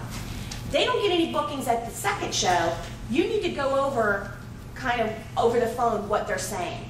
If they don't get any bookings at the third show, you need to make a move as the jeweler to go with them to a show, or bring them to a show with you. Because if they go 4, 5, and 6 shows with no bookings, they are done. We will lose that jeweler. And so you really have to be involved personally with them and in contact with them. 3, you can use some type of reward sheet for new jewelers to encourage them to come to new jeweler orientation and training. Being personally involved in events that are going on the team and getting them to meet new people will ensure that they will stay. They will feel like they are part of the group, they belong, and they will feel good about what they're doing. This is a reward sheet that we use. I can send it to Donna. Anybody's team can do this because it's so affordable, and that's why we do it this way. When we start them, we put their training show date right up here, and they get a reward if they have 2 shows booked the week of their training show. So whatever their training show is, we just write the dates in for that week, and we tell them when we go through your kit, have 2 shows booked the week of your training show, and you're going to receive 2 packs of invites. It is not a big deal, but I would love 2 packs of invites when I was a new jeweler, something you don't have to buy. The next new jeweler orientation date we fill in, and if you attend that within 30 days of you being a new jeweler, you get 2 packs of order forms. And then your first 3 training dates are written right here. Attend your first 3 consecutive trainings, not every other month. First 3 consecutive trainings will give you a pack of catalogs. You will have her engaged personally right from the very beginning of her business, and that is so important. If you have a new jeweler, doesn't come to training, doesn't come to new jeweler orientation, how successful are they really going to be? They're not. We'll lose them right out of the gate. So we want to make sure of that. How do we stay in touch with the rest of our team personally? As your team grows, being in touch with everyone can be more challenging. But a few important things than ever to keep personal are, 1, if you are a jeweler, builder, or designer with 1 to 10 jewelers on your team, make it a point to call them every week or every other week just to check in. Let them know that you are thinking about them. Do they need anything? The next training is, those are so important. Offer to ride together to training or to get a bite to eat after. Joan was huge on breaking bread with people. That was a big thing for her. And our team eats a lot. We just do that. Training night is a great night to build friendships. They meet people. Again, they feel like they're part of that family. We want them there. Number 2, once your team gets a little bit bigger, put together an email to send out once a week. Mine is called News for the Week. I can't possibly call everybody anymore. I used to handwrite a note until I had about 21st levels. Every month I used to handwrite a note to everybody. I can't do that anymore. But now with my team so big, my whole 10-10-10 gets a news for the week. It lets them know everything that's going on the entire week for our team in our business. And I just do it once a week because I don't want them bombarded with emails or they won't read any of them. So we just save everything. Mine goes out Sunday night and they just get it for the week. Recognize birthdays, promotions, anniversaries, and other achievements either in a newsletter or for your team at training. Make all jewelers on your team feel valued and important. That is just the best thing, the most personal thing that you can do for your team.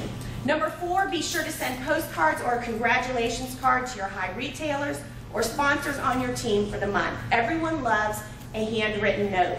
And these can be so easy. These are just a couple from Vistaprint. I'm sure you guys all use these. I have fun making them up. This one is, you are cooking with gas. Your business is on fire and you are in the top 5 retail court, and I will just put a note on the back, send it to them, let them know to be at training. This one is, you were moving and grooving. I have all kinds of them that I do, and I just entertain myself with doing that. But everyone loves it. You wouldn't think that this would move people. People say, you know, I love this postcard. I saved your postcard. It's a personal thing to let people know you're thinking about them. Keeping it personal with our upline and sideline is so important as well. Call your upline and stay in touch with them. Let them know what is going on in your premier business, good or bad. That's what they are there for. If you are like down in a slump and you just keep swallowing all that yourself, you're going to burn out and you're going to get so discouraged. Call your upline, because you know what she's going to say? Oh, that happened to me too. Here's what I did. Or, have you ever thought of this? And pretty soon you're laughing, but it's a personal call. It's not an email to say, well, try this. That's so impersonal. She's not going to do it. Call her. Call and see. They want to help you. You know, we need to know that our upline is there to help us. You know, that's what they're there for. When I am having a down day, I can't call my designers and say, boy, this just really stinks. You know, that's not really the message I want to put out there. But I can call her and say, you know, this just really stinks. And then she can say, yeah, it does. Here's what happened to me. And you can kind of work through it together. So call your upline. Call your premier sisters and share ideas. People are full of ideas. If you don't have a great idea, your premier sister will. It's amazing what you learn when you share ideas with people. Call to congratulate a premier sister when she has promoted or had a great show. Send thank you cards to everyone. Downline, sideline, upline. That is the biggest thing. You know, how many gifts do you think Joan Horner got in a year? People were giving her Queen stuff all the time. She always sent a handwritten thank you. Hundreds of them. I'm sure that's all she did. It was handwritten in her own writing. So we can't ever say we don't have time to send a handwritten note. She did it all the time. And finally, what are some keeping it personal tips for your own business? Number one, never miss training, rally, or premier events. Meeting and being together with other premier jewelers will keep you excited and motivated to work and build your business. There's nothing more demotivating than a demotivated leader. We can't ever, ever go in anywhere as the leader and complain to our jewelers. We just can't. You will poison your own stream. It will just be poison for your business. Call your upline. That's what they're there for. Call them. Don't ever do that. Keep motivated, attend training, and be positive. There's no better way than to build a relationship and get to know someone than to spend a few nights in a hotel room with them at Rally. That would be very personal. Yeah. Number two, make the phone your friend. It is much easier to call someone to book a show than you think. It is much harder for them to say no on the phone. Make it a point to make 5 personal phone calls a day for anything.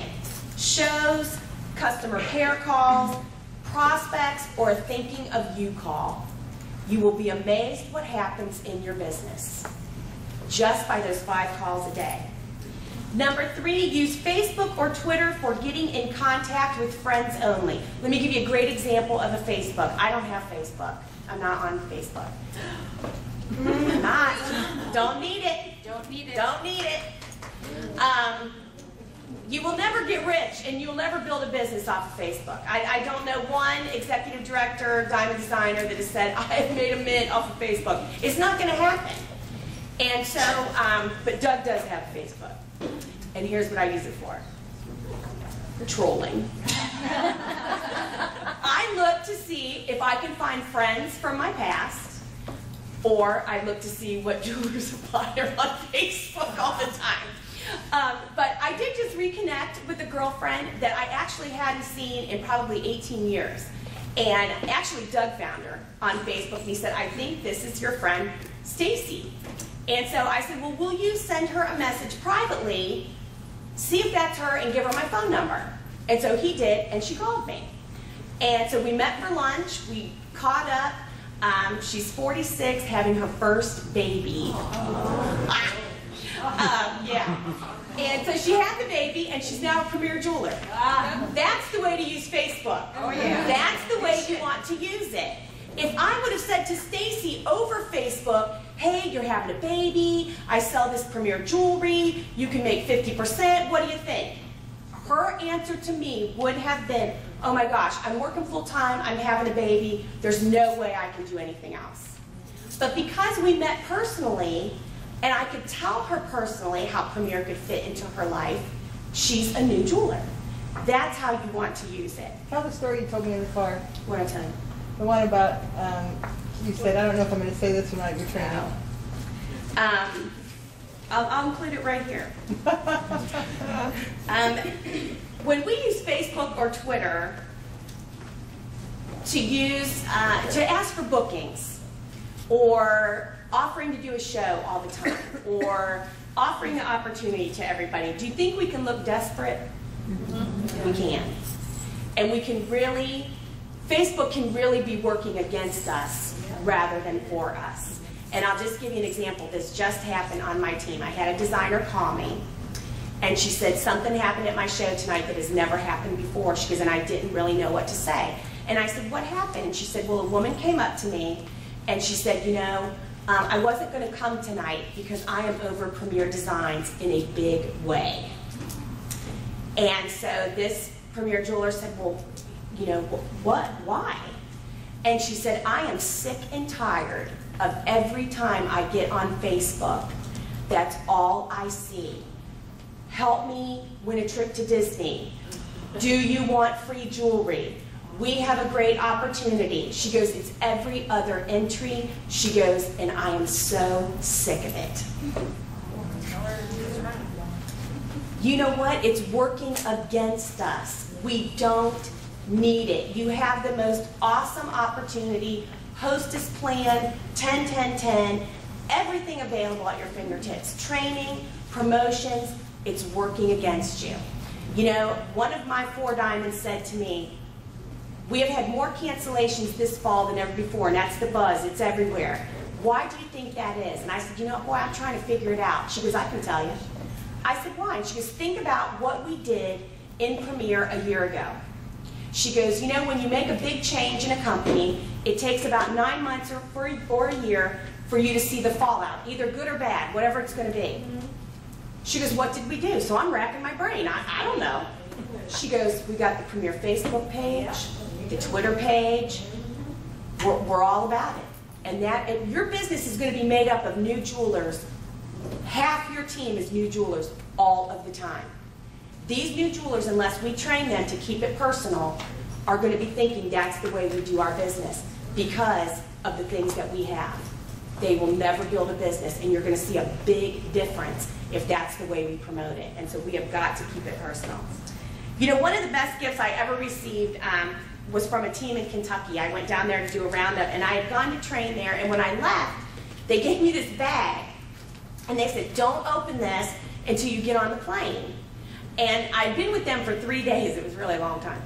And so I got on the plane, and I opened this bag, and all it was, there was about 70 or 80 notes in there. And not even thank you notes, they were just notes about our visit, or a couple people put, you know, pictures of their kids in there, or it was nice to get you. And I read it all the way home. I read these cards and notes all the way home. It was the best gift I ever received. Cost them nothing, but it was personal, and I will never forget it. Everything that you do in your business to be personal is what's going to build your business.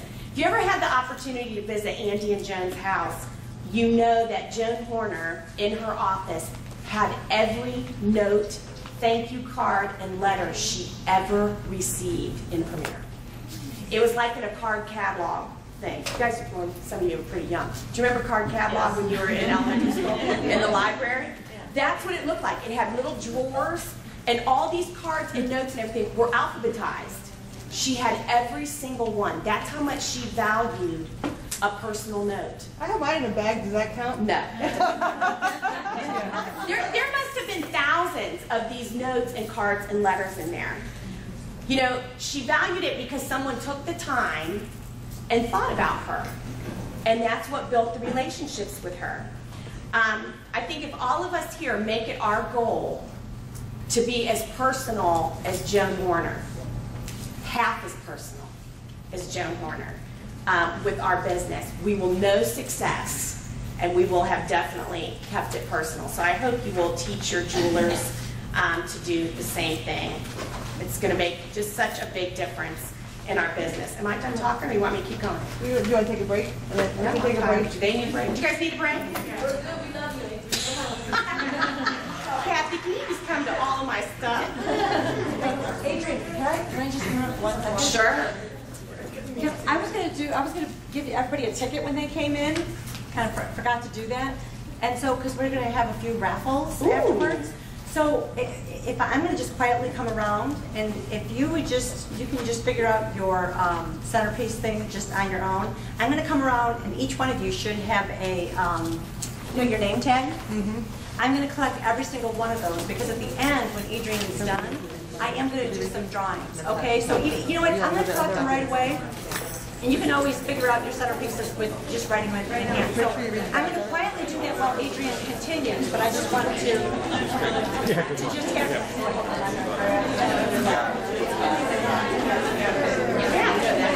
okay, don't leave. Where you going? She's not done training. Don't leave. I think it's break time. We're going to do that. Oh, should we? Okay, we'll give you a break. Okay, we're going to do 5-minute break. 5-minute break. Okay. Here we go.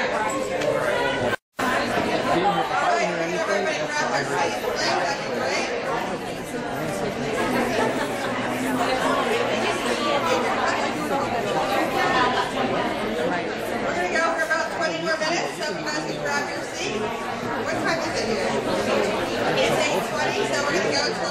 8:45, and then we're going to be giving away some drawings and some money. Does anybody want to win money? I want money. Is anybody enjoying this, the wonderful food the Bach family prepared? And I have to do a special shout out to Brian because Kelly forgot the ranch dressing and it was her fault, and she made Brian drive all the way back home because Kelly forgot the ranch dressing. So Brian had to drive back to his house to get the ranch dressing. So make sure you lick up every ounce of ranch dressing. Lick it off. Lick it off. Give me a spoon. Lick it off. No, it was Kelly's fault. She's always blaming somebody else. It was Kelly's fault. She was in charge. All right, are you ready to have some more Adrienne Dawes? All right, let's give it up. Adrienne Dawes. All right, before I get started on this, I just want to share something. I'm sure you guys have seen this. Have you guys all seen The Secret Girlfriend? Yes. Yeah. Okay. We do it a little different than the Drapers do. We really do keep it a secret. We don't tell the hostess. We just include in an envelope an invitation to the show, a Christmas catalog or brochure, and 3 order forms that we have photocopied. I don't want you sending out all your order forms in case they don't do it. We don't pick one. I've sent 7. I've sent 9. You know what? If 12 people are all the secret girlfriend and they walk into me with $100 in orders, I'll be glad to let them all shop for half off. You know, use the secret girlfriend. This has been so helpful in my business and with my team. I did a show on Friday, and right before I came here, and a girl walks in, she goes, "I'm the secret girlfriend." And this other girl goes, I am. I'm like, no way. You're both the secret girlfriend. The one had 200 in outside orders, the other one had 250. No. $450 before I even start. So just a tip, use this with your jewelers, pass that on, teach them how to do it. When the new spring catalog comes out, do it with the spring catalog. It's not as expensive to mail, so use the spring. That's why we've been using the Christmas, so it's just easy to do. So I'm going to finish up tonight with expectations of a leader. And I want to just share a couple of things quick. You know, why do I want to be a leader? Have y'all thought about that? Like, okay, I made designer. Why do I want to do it? Well, it's really satisfying when you can watch somebody start a business that maybe is a single mom and is really struggling, maybe doesn't have a lot of self-esteem, doesn't have any money, and really take this business and run with it. Because you know what? Women have a lot of talent. And most of the time, it's hidden. Did you know that? It's usually hidden. Because we don't get the opportunity to really bring out our inner diva. You know, at the hospital in Scrubs, it wasn't coming out. I'm not sure it's really out yet, but I tried. But you know what? So many women have talents that they never get to use. And so when you can sponsor the single mom or really shy person or someone that's never had a lot of money and been able to go buy themselves a pair of shoes that they never thought they could buy, and you can help them, you are the leader that has helped them be able to do this, that is a really gratifying feeling. And you really don't ever underestimate the power of your job in Premier and the job that you get to do. You are actually leading somebody to a better way of life. And it sounds so corny, you know, doesn't it? I mean, it almost sounds like, oh yeah, I'm going to sell jewelry and do all that. You really are. I mentioned Stephanie Green. She was a registered nurse when I met her. She wanted to do a couple home shows because her and her husband were saving for a new house, to build a new home. And she wore her hair in a ponytail. She, you know, was very pretty, but, you know, did she rock it out? No, she put her hair in a ponytail, threw on her scrubs, and went to work every single day. And now they have purchased their land, 14 acres, it's bought and paid for. They're getting ready to break ground on their house, and she is just a diva. And, you know, would she ever been able to do that before. Nurse was very gratifying for her. Holy smokes, we need nurses, don't we? The older we get, the But more we need. I really have to get closer to need one all the time. But you know, to watch that transformation of not only her, but so many, just think of your teams. Who on your team, being a designer or a one diamond, have you been able to see big changes? Was that a sneeze? Yes. Bless you. That was the daintiest little sneeze I ever heard. But you know, that's just one of the reasons that you might want to be a leader and continue in leadership. And when we get to be that leader, so many of you are new designers in here, new builders. You're like, great, I'm a leader. Now, now what do I do? And so I want to talk to you just tonight about what the expectations are of leadership. Because, you know, when I started this, did I even have a clue that this is where I would end up? Absolutely not. So I was fortunate enough to have a sponsor that really showed me all the steps in leadership that I needed to follow. So I was really blessed that way. So someone is looking to you for that. If you're a builder or you're here because you want to sponsor, they're either going to look to you or you have sponsored and they are looking to you for that. So you really have to know what to do, and it's a very specific job. So we're just going to talk about that just to finish up the night. How many of you, when you were teenagers, hated to hear this? I expect you to be home before 11. Yes. Or I expect that room to be clean when I get home. I hated that because I knew those words, I expect, meant that that was something that I should do or that I had to do, and I better get it done. As adults, we now expect our husbands to do certain things, help us, support us, love us, be faithful to us, take out the trash. We expect things from our children. Good table manners, good grades, to answer the cell phone that we pay for. Those are all expectations.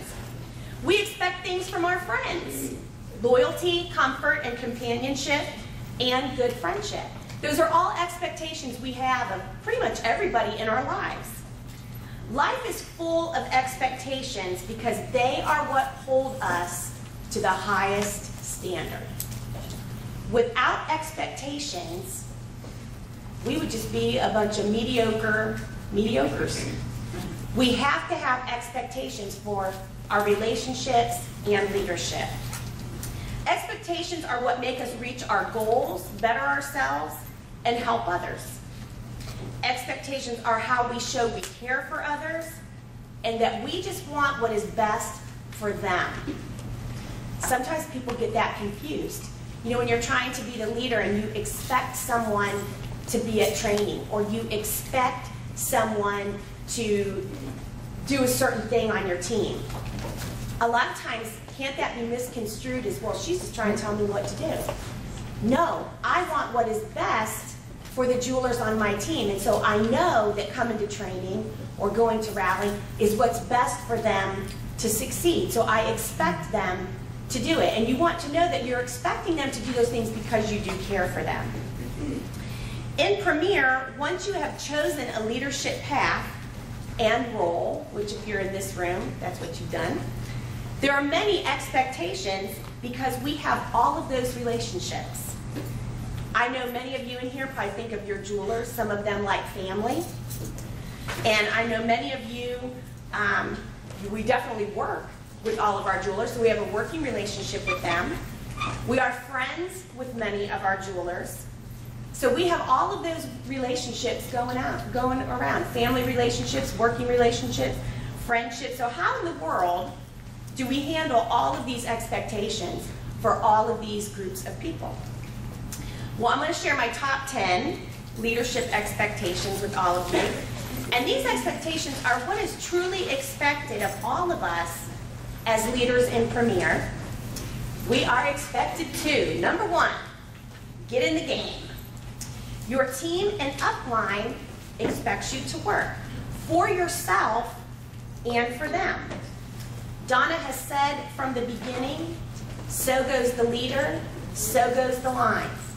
That is so true. It is so true. Your team will do exactly what you do. Not always, If you do 10 shows a month, we would love for everybody on our team to do 10 shows a month. But if you do 1 show a month, I guarantee you that's what they will do. You set the pace. You set the standard. You set the bar for what they will do.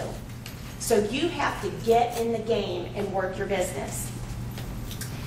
You have to see that it will happen over time, setting that highest standard. You expect them to work, so you have to do the same. We don't sign anybody up and not expect them to work, right? We have to do the same thing. They're expecting us to work.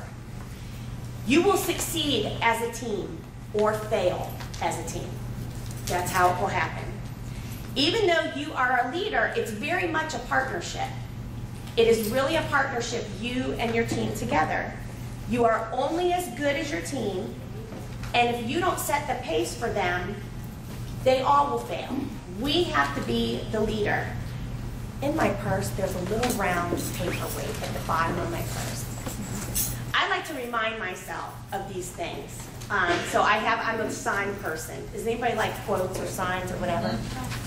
And this sits on my desk. If you are not the lead dog, the view never changes. Now, do y'all get that? Yeah. I don't want to look at anybody else's behind, especially a dog. So if I'm not the lead dog, and I'm not setting the pace for my team, nothing's going to happen. I'm not going to move forward, and I'll be stagnant. I will just be stagnant. So we have to have the highest standards and expectations for ourselves first before we can ever expect our team to do that. So right now is the perfect time of year. If you haven't done that this year, it doesn't matter. It's gone. Get rid of it. 2013 is here. Get in the game and really bump it up and let your team see where you're going for 2013. Number 2 is we are expected to show appreciation. Personally recognize as many people as possible from week to week and month to month. Understand that the team you lead is your most valuable resource, that they are what makes your success possible. Once you get that 1 diamond behind your name, everything rises and falls on your team. If they go backwards, guess where you go? So if we're not moving, there's only 2 directions to go, really, in any business. You're either moving forward or you're moving backwards. And that's the same with Premier. So we have to keep these people motivated as leaders, and sometimes that's hard. But we have to keep them encouraged, motivated, and appreciated people, and people that feel valued work. We have to do that. We have to be their biggest cheerleader. Offer contests to motivate or encourage. Invite your first levels over for a cookout or pizza night. It doesn't really cost you anything, but they love it. It's a get together, you're showing them appreciation, have them a little gift. Doesn't have to be anything big. Give everybody a pack of invites. Pizza and an invite. Doesn't have to be expensive. Let them know that you value them. There's no other team like yours anywhere. Do you know that? Your team is unique.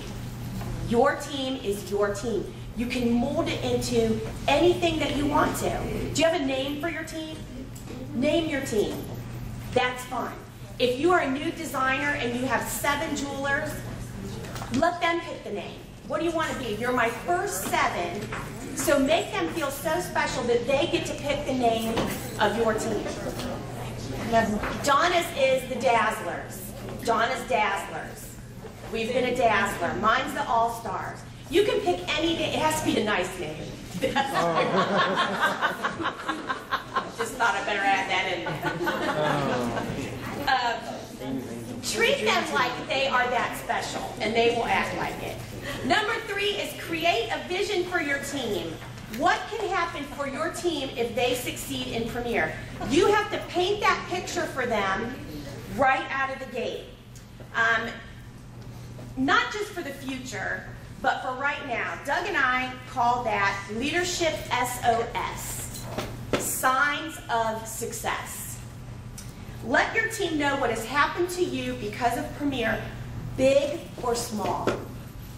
They are looking for some sign of success. What can happen to me if I work how she works?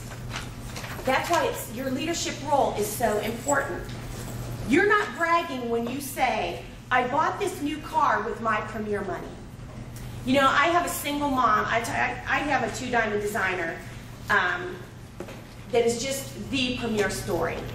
I met her when she was going through a horrible divorce. She was in debt up to her eyeballs, not because of her debt, but because she'd been a stay-at-home mom for 20 years, never allowed to carry a credit card. He ran up the debt, divorced her, and in Ohio, I don't know what Illinois is, it's 50-50 state. You take half, I take half, you're left with everything. So she inherited about $18,000 in debt that was not hers. She'd never even had a credit card. And when I met her, her electric was getting ready to be turned off. It was just a really sad story. Over the last 6 years, she has worked a full-time job and Premier consistently. She has a great business. Bless you. She's now a 2-diamond designer, and she just bought her first car with cash. And new car, brand new car with cash. Her team bought her car mats, air fresheners. They were so excited for her. It is a sign of success. She is sharing with them what can happen if you work your Premier business. Say to them, you know what? I just got this new handbag or this pair of shoes. Or I was able to pay cash for my son's traveling soccer. Whatever it is, let them know, big or small, what your success stories are in Premier. They want to know. If you want your team to work hard and to strive to reach their goals, you have to give them something to work towards. It's kind of what I told you in the beginning, why we share numbers, why we share these signs of success. Why would people work hard toward anything if they don't know what the possibilities are? If we aren't going to do that for our team, show them the signs of success, you might as well say to them, try it, it may work, it may not. We have to show them these signs. Create the vision. Number 4 is communicate effectively and to keep communications open with all of our team. The majority of you in this room still have teams that are the size that you can really speak to all of them almost every week or at least monthly. You are expected to talk to your team. You are expected to contact them. You are expected to reach out to them if they need help or they have questions. Always make sure that your team knows they can contact you at any time. Call them unexpectedly.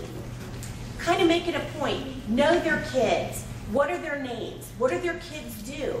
Now, once your team gets to be so big, you're not going to be able to know everybody. Know your first levels. Always know your first levels, their husband, what do their kids do? So that when you see them, how is Johnny doing? How is Sarah doing? What are they doing? You know what? You're personally involved and it makes them feel special. Keeping a lifeline of communication open will keep your team moving ahead. Your team cannot be blamed for what they do not know. Communicate clearly what your expectations are for them. You expect them to come to training. If we don't say that to them, they don't know. They are new jewelers. Most women are getting into this business to try it and to make a little bit of money. They can't be blamed for not coming if they don't know they're not expected to be there. They're expected to come to new jeweler orientation. They're expected to go to rally when it's right in our own backyard. Don't assume your jewelers know what to do or what we want, because they don't. They really don't. We have to make that clear. We have to communicate those things as leaders. You know, when I promoted to 4-diamond, and it used to be this way, I don't know if it is anymore, but Andy Horner used to call you. When you promoted to 4-diamond, he would call you personally. And the day that he called me, he says, I'm going to give you a tip. Hold the bar high. Set your expectations high. Only a few will rise to meet it, but those are the few that will take you all the way to the top. And that was right out of Andy Horner's mouth. Set the expectations and set the bar high. Not many will meet it, but a few will, and those will be your superstars that will take you all the way in this business. Number 5 is be an intentional leader. We're expected to do that. Decide to succeed on purpose and do whatever it takes to make that happen. Forget about trying, because there's no such thing. And this is so important. I've always told this to my kids. Go out tonight and be careful. I'll try. Nope. I expect you to go out tonight and be careful. I don't want you to try, because do you know what we do when we say, I'll try? You've already given yourself permission to fail. You've already done it. So if you ever say in front of your team, I hate when people say, you know, are you going to Disney? I'm going to try to win it. No, you're not. I won't see them there, because they've already decided I'm probably not going to do it. And if I don't, that's okay, because I just was going to try anyway. We have to remove the word try out of our vocabulary as a leader. We can't try to do anything. No one's going to want to follow me if I'm going to try. They want to follow me because I'm a doer. And that's why your teams will want to follow you.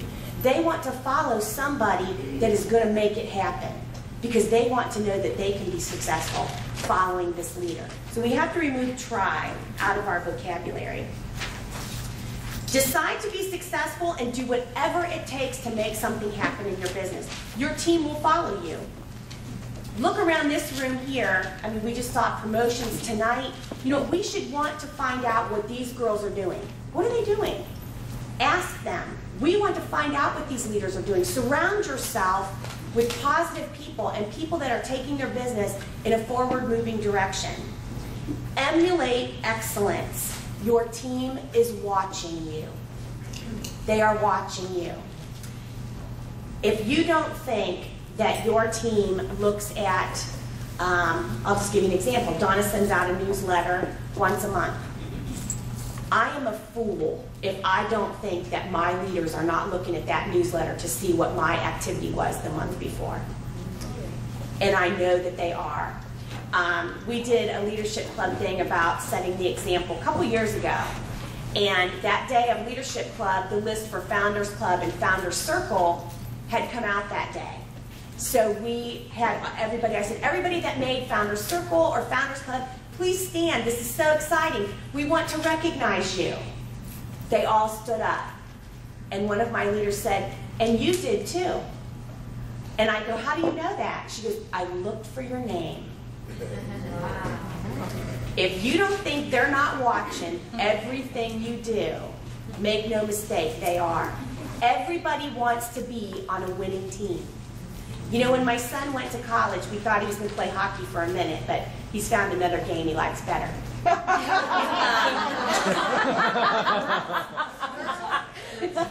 yeah, oh, yeah.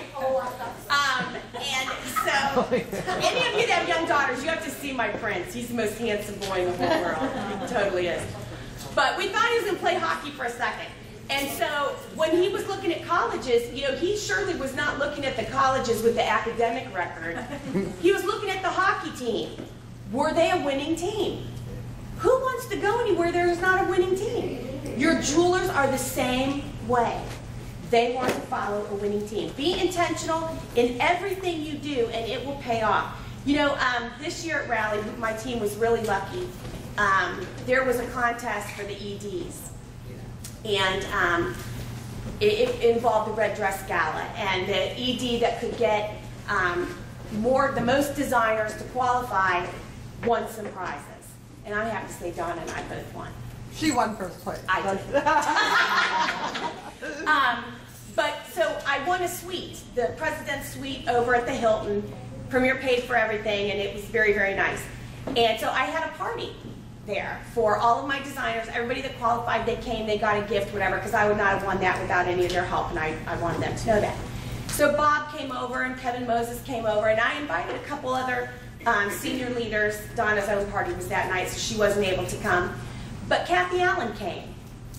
And I go, oh my gosh, I didn't think you would come over. And she goes, are you kidding me? I got to come over here and see what's going on. I got to see what I'm not doing on my team. You know what? You want to have a winning team, because see, even somebody that's been in the business longer than me and is a silver executive director, she wants to know what we're doing. That's what you want to do. Everybody wants to be on a winning team, so you can't forget that.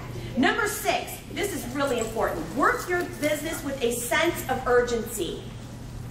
You must understand as leaders that we do not have unlimited time in this business. As we sponsor and grow, jewelers will come and go. Shows will drop off. Do you realize how the shows work? Does everybody realize that? I know that's kind of confusing for a lot of jewelers. We operate on a 12-month calendar. So at the end of December, whatever shows we did in January of 2012 are going to fall off. And we start over. That's really a concept that's hard for a lot of people to understand. Shows fall off, so if you don't keep a consistent business every single month, 4 to 6 shows, your shows are going to start to wane. Same thing with jewelers. If we make designer and we don't make designer circle that next year, we are not going to be designer next year because half the people are not going to stay. That's not a bad thing. In fact, we have the highest retention rate in the whole direct sales industry. We keep half of everybody that we sign. The average retention rate in direct sales is about 22%. Ours is 52%. That says something about our company. And it's not a bad thing. Most people are getting in to make money for a little while, or they're getting in to try it. They're working through college. They now have their dream job. They're going to quit. It's not a bad thing. It's just a reality of the direct sales business. It's nothing we're doing wrong. Jewelers are not going to stay with us forever. So that's a realization that as a leader, we have to come to real quick, or we're not going to be a leader for very long. So we have to work this business with such a sense of urgency every month. Always be looking 3 months ahead in your business. Right now, my first quarter of my business for 2013 is planned out. I'm ready to go. I really am beyond that. But if you want to be a successful leader in Premier and have a successful team, you can't wait till February to worry about February. You have to be on top of your business at all times. We have to work with a sense of urgency to stay on top of our business and on top of our jewelers' business. Because in the beginning, they really don't know how to do this. No one should sit at builder for any length of time. Once you have a builder promote on your team, you want to encourage them to make designer right now. You're going to jump in, you're going to schedule private OPs at their house, you're going to offer them a contest, you're going to go with them to a show, you are going to make it happen, you are going to work this business with a sense of urgency. Donna and I were talking in the car tonight, and she goes, what do you give people anymore when they make designer? I said, well, you know, really I've changed it up quite a bit, and really what I do now is when someone's sitting at 6, I will offer them a $100 signing bonus for number 7. She goes, and is there a timeline on that? I go, yeah, a week. And that's it. Boom, get it done. My money's only good for a little while. That's not an offer that is extended forever. It's a week. Go out and find somebody. It's $100. Match it. Have their sponsor match it if they're not on my first level. You know what? You want to work it with a sense of urgency. It will happen. That is how you build your business. Work with them. Do those extra OPs. Sitting idle will get you nowhere. It gets you nothing. It does not build your business. Yay, you've made builder. Try to make designer by March 29th to go on the cruise. That's 3 months from now. They can be designer this month. It's 4 months from now. They can be designer this month. That's how you want to work your business. Working this business with your pants on fire moves mountains. It will move mountains. That's what you want to do, and you want your team to operate the same way. Number 7, you are expected to fail. Don't be afraid to fail in front of your team. It makes you human, and it makes you a real leader. Not everything you ever try is going to work. I would love to stand up here and tell you that everything I've ever tried has worked. No, it doesn't. You try things, some work, some don't. And if they don't work, you don't do it again. If it does work, we repeat it and repeat it and repeat it. Do your best. Give it everything you have at all times, but realize that some ideas are just better than others. We try things, and if they don't work, we change it up the next time. Fixing problems and finding solutions shows your team that you have the best intentions for them and that you will lead them in the right direction no matter what. When you fail, fail fast so you can keep them moving forward. But it makes you a real person and shows them that they can do what you do. And we should never be embarrassed to fail. Number 8, you are expected to promote a balanced business. A business balance between Premier and family. On the business side, remember your role. You are a leader in Premier. Premier, your team, and your upline expect to see you at Premier events. They expect to see you working your business. They expect to see your name in the newsletter, getting recognized at training. Again, they are watching everything you do, and they want to know that you are working your business. On the business side, they need to see that we are making sacrifices to make this business work, or they never will. If you as the leader misses training even one time, you have opened the door wide open for your team to do the same. If you say to your team one time, I can't come to training because, unless it's a serious illness, that of course is always excused. If it is for any other reason, you have opened the door for your team to do the same, and then you can never expect any different. That is just so important. Let them see you are working this business no matter what. Let them see a leader of a team that knows how to balance family and work so that they can do it too. That is what a leader does. On the family side, let them know what you do with your family, how you set family time aside, things that you balance with your husband, how you work with your husband, and how you work the business, how you do that together, how you support each other. Give them ideas on how they can do that. That's what they're looking for. What family fun things did you do last weekend because of Premier? Set aside that family time because they want to know that you can do both. Show them that you have time to be with your family and working Premier at the same time, just as you would any job. Number 9, be responsible for your team. I know that some of you probably in this room are taking care of 2nd and 3rd level jewelers as if they were on your 1st level, or as if you had sponsored them yourself. That happens sometimes. We do this mainly because either their sponsor is MIA or not providing the support and encouragement they need to succeed. This is not fair to the jeweler or to the person who has to step in to take care of this jeweler. So be responsible for your own jewelers. We must show up for our jewelers and teams at all times. Plan ahead for trips and rallies so that you are there for them. Your team wants to know that you feel that you care for them and you're going to help them, or they will go right around you and up that ladder to your sponsor. If they're not getting what they need from you, they will go right around you and up to the sponsor. And that's not fair to them or to the sponsor. So plan to go to Disney as the designer. You know, just to give you an example, you know, before I was an executive director, we have a couple meetings different times of the year. Let's just say that I knew Donna was invited to go to this ED meeting, and I was a 6 diamond or so. And I found out that she didn't go because she couldn't work it out with her family. It wasn't a good time for her, she couldn't go. I'm looking to her to build my business. And she could have gone to a meeting that would have provided great information for my team. And she chose not to go just because it didn't work for her. I make this woman a lot of money. Do I expect her to go and show up? You betcha. I do. And now my team expects the same from me, and your team will expect the same from you. They expect you to show up to help them. They expect you to be there for them, so we have to know that. And number 10, always be of service. Everything you do as a leader must be geared towards creating an environment that makes people's lives better.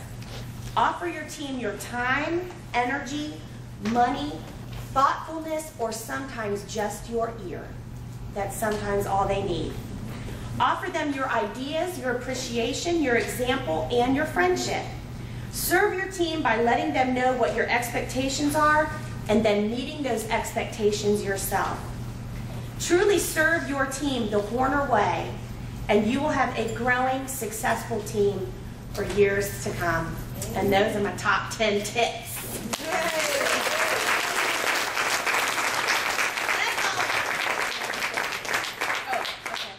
Okay, we're just going to take like 3 questions. Anybody have a question, Adrienne? Go ahead.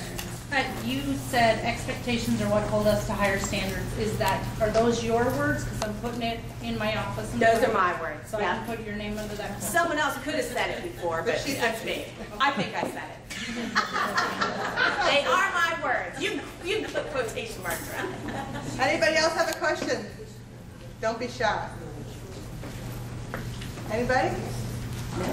You guys are so smart. I can't stand it. Who's going to Disney?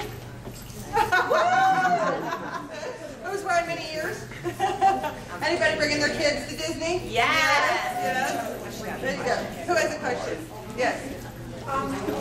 The year that you sponsored 19, what did you do differently that year that you did the years before? You know, I would say that year I did more shows, for number one.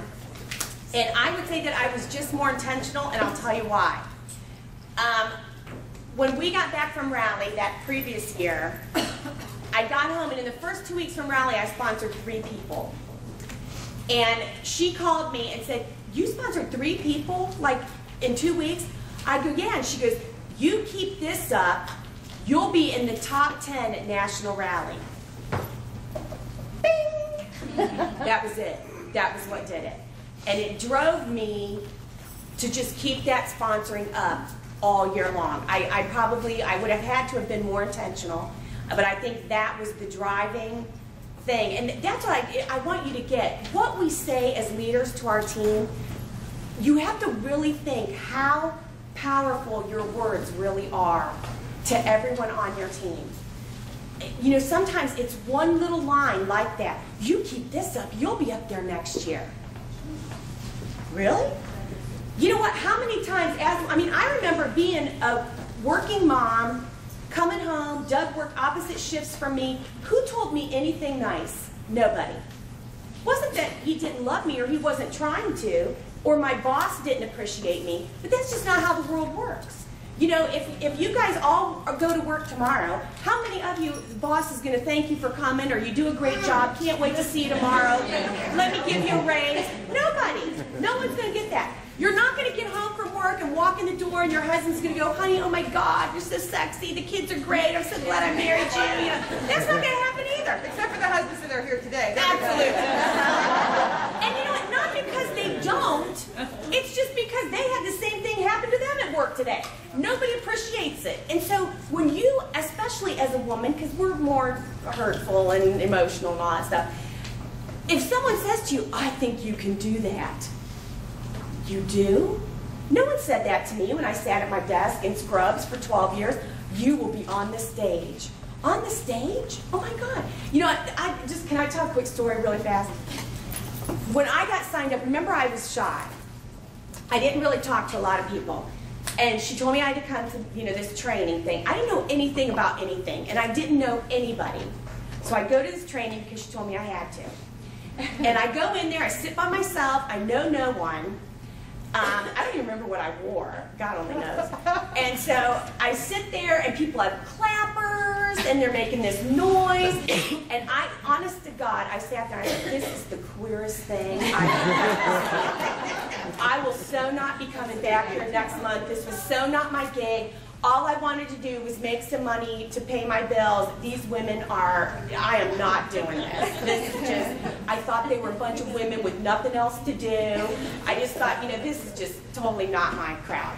Well, then they announced the high retailer for the month, and this chick ran to the front of the room like they were giving her a Mercedes. And she was screaming and yelling and carrying on, and then I thought, "Oh my God, this is so queer. I am not doing this. I would never do that in a million years." And then next month came. Something took over my body. They called my name, and I got to the front of the room. I was so embarrassed walking up there, but I swear, something took over my body, and I was walking it like a runway. And you know what it was? It was appreciation. She gave me a pack of catalogs. I still give a pack of catalogs. I do the same thing. I do the same thing. But you know what? It's the simple check of appreciation or a vote of confidence or something that you tell somebody they can do. It's so important. It is so important. It really, really is. And you don't recognize the power of really your words as a leader and how you can really change somebody. And you know, and people will remember. They remember everything you say to them. And I mean, people come up to me sometimes at rally that aren't even on my team. You told me last year this. You know, and you get embarrassed because you don't even remember talking to them. But you impact them. And it's so important as a leader to just remember that. Always be so full of compliments for everybody. It means so much in somebody's day. And it can make the difference, make or break somebody's business. Really. It really can. So should you guys learn a few things? Yes! Oh, good. Husbands, how about you guys? You're a little excited now, more excited about your wives' business? Any husbands out there? They look so excited. They look like they just can't wait to get home. Eddie, what do you think? Pardon me? I'm asking you what you think, Eddie. Oh, yeah, I picked up a few nuggets from her. I'll be coming around with my quiz later, so you just wait for me. I'm glad, Make Eddie. sure you write those down. All right. Did y'all write this down? This is my favorite. Yeah. Oh, yeah, I Do got not the lead dog. You never changes. All right, give her a warm. You to change.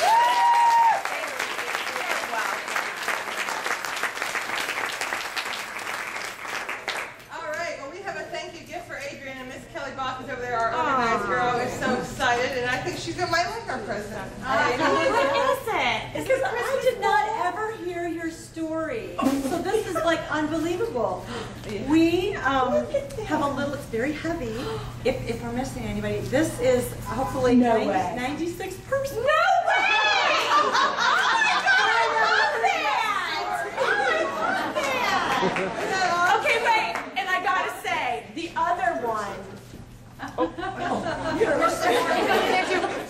The other one didn't give me it in a cute stocking.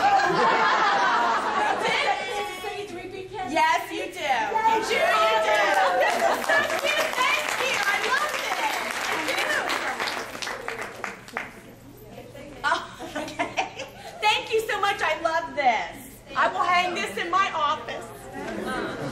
All right, now we're going to do some drawing. That is What are we so gonna cute. win? Okay, we are giving away money. I feel like we have a $20 bill. Just start, yeah, Adrienne, you start. We got a $20 bill. Tracy McLean.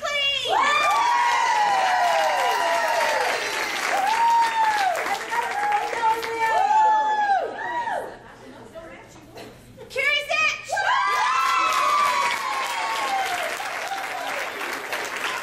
I have another $20 bill. This is like Mr. Appreciation. Dana Goodmanson.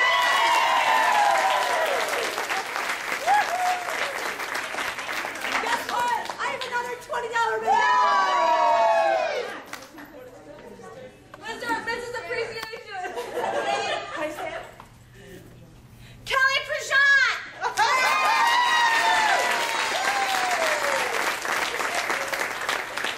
You guys want more? Yes. I have another $20 bill. Kathy Bowe.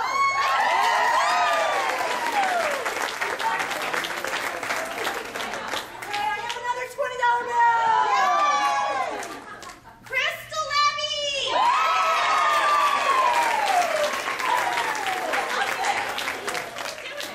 I have a $10 bill. Yay. Tammy O'Connor. I have a $5 bill. I should have went the other way. Anastasia Roper. All right. We have 5 ones. I have 5 ones. I do. The last one, should I combine into a 20 or do you want 2 10s? I have a 5 singles. Okay, 5 singles. Erica Ortiz. All right, you guys vote. I have 4 or 5 left. Do we have 1 winner or 2? 2 winners. Okay, $10. $10. Make ya holla. Rodessa Jones.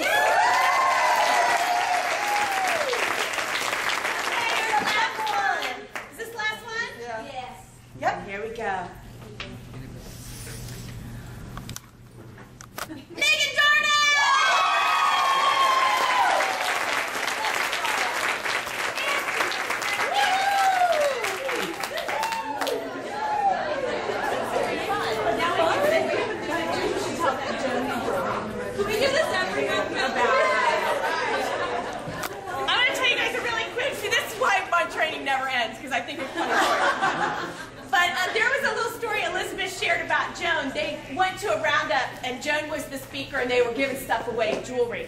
And so as Joan was picking the names, Elizabeth would go, 2 more, 1 more. And so they did the last drawing. She goes, that's it. Joan goes, pick another one. Elizabeth goes, we don't have anything else. Elizabeth goes, and Joan goes, take the necklace off your neck. And we had a necklace that, I can't, you know what, I remembered it, and I can't, but we had a necklace at the time, it was like $69. Elizabeth goes, okay. We took the necklace off, and Joan told her, I'll replace it. So she takes it off, she gives it to her, and Joan never replaced it. Give her the necklace. Adrienne, I will tell you this. How old's Andy? 88? Yes. And we have, yes. what, 45,000 jewelers or whatever? 40. Yeah, 40. Still today, you said you don't know if Andy still does it again. I got a phone call from Andy. Oh, that's He so still sweet. does it. So I mean, how sweet. personal, what kind of company is Yes. that? You get this 88-year-old, call you. Absolutely. Personal. It's pretty amazing. So we're going to look forward to seeing you all around. Like, just as an FYI, if you are not doing anything on Thursday night, January 3rd, I'm going to be having, what's her name? Eileen Meckley come in, and she's going to be here at Benedictine. It's Thursday night, January 3rd. It's on the website. You're welcome to show up, and it's only $5. $5. Big ya holla.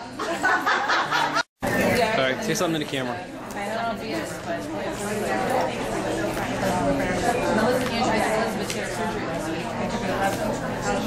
Good. Came home. Great.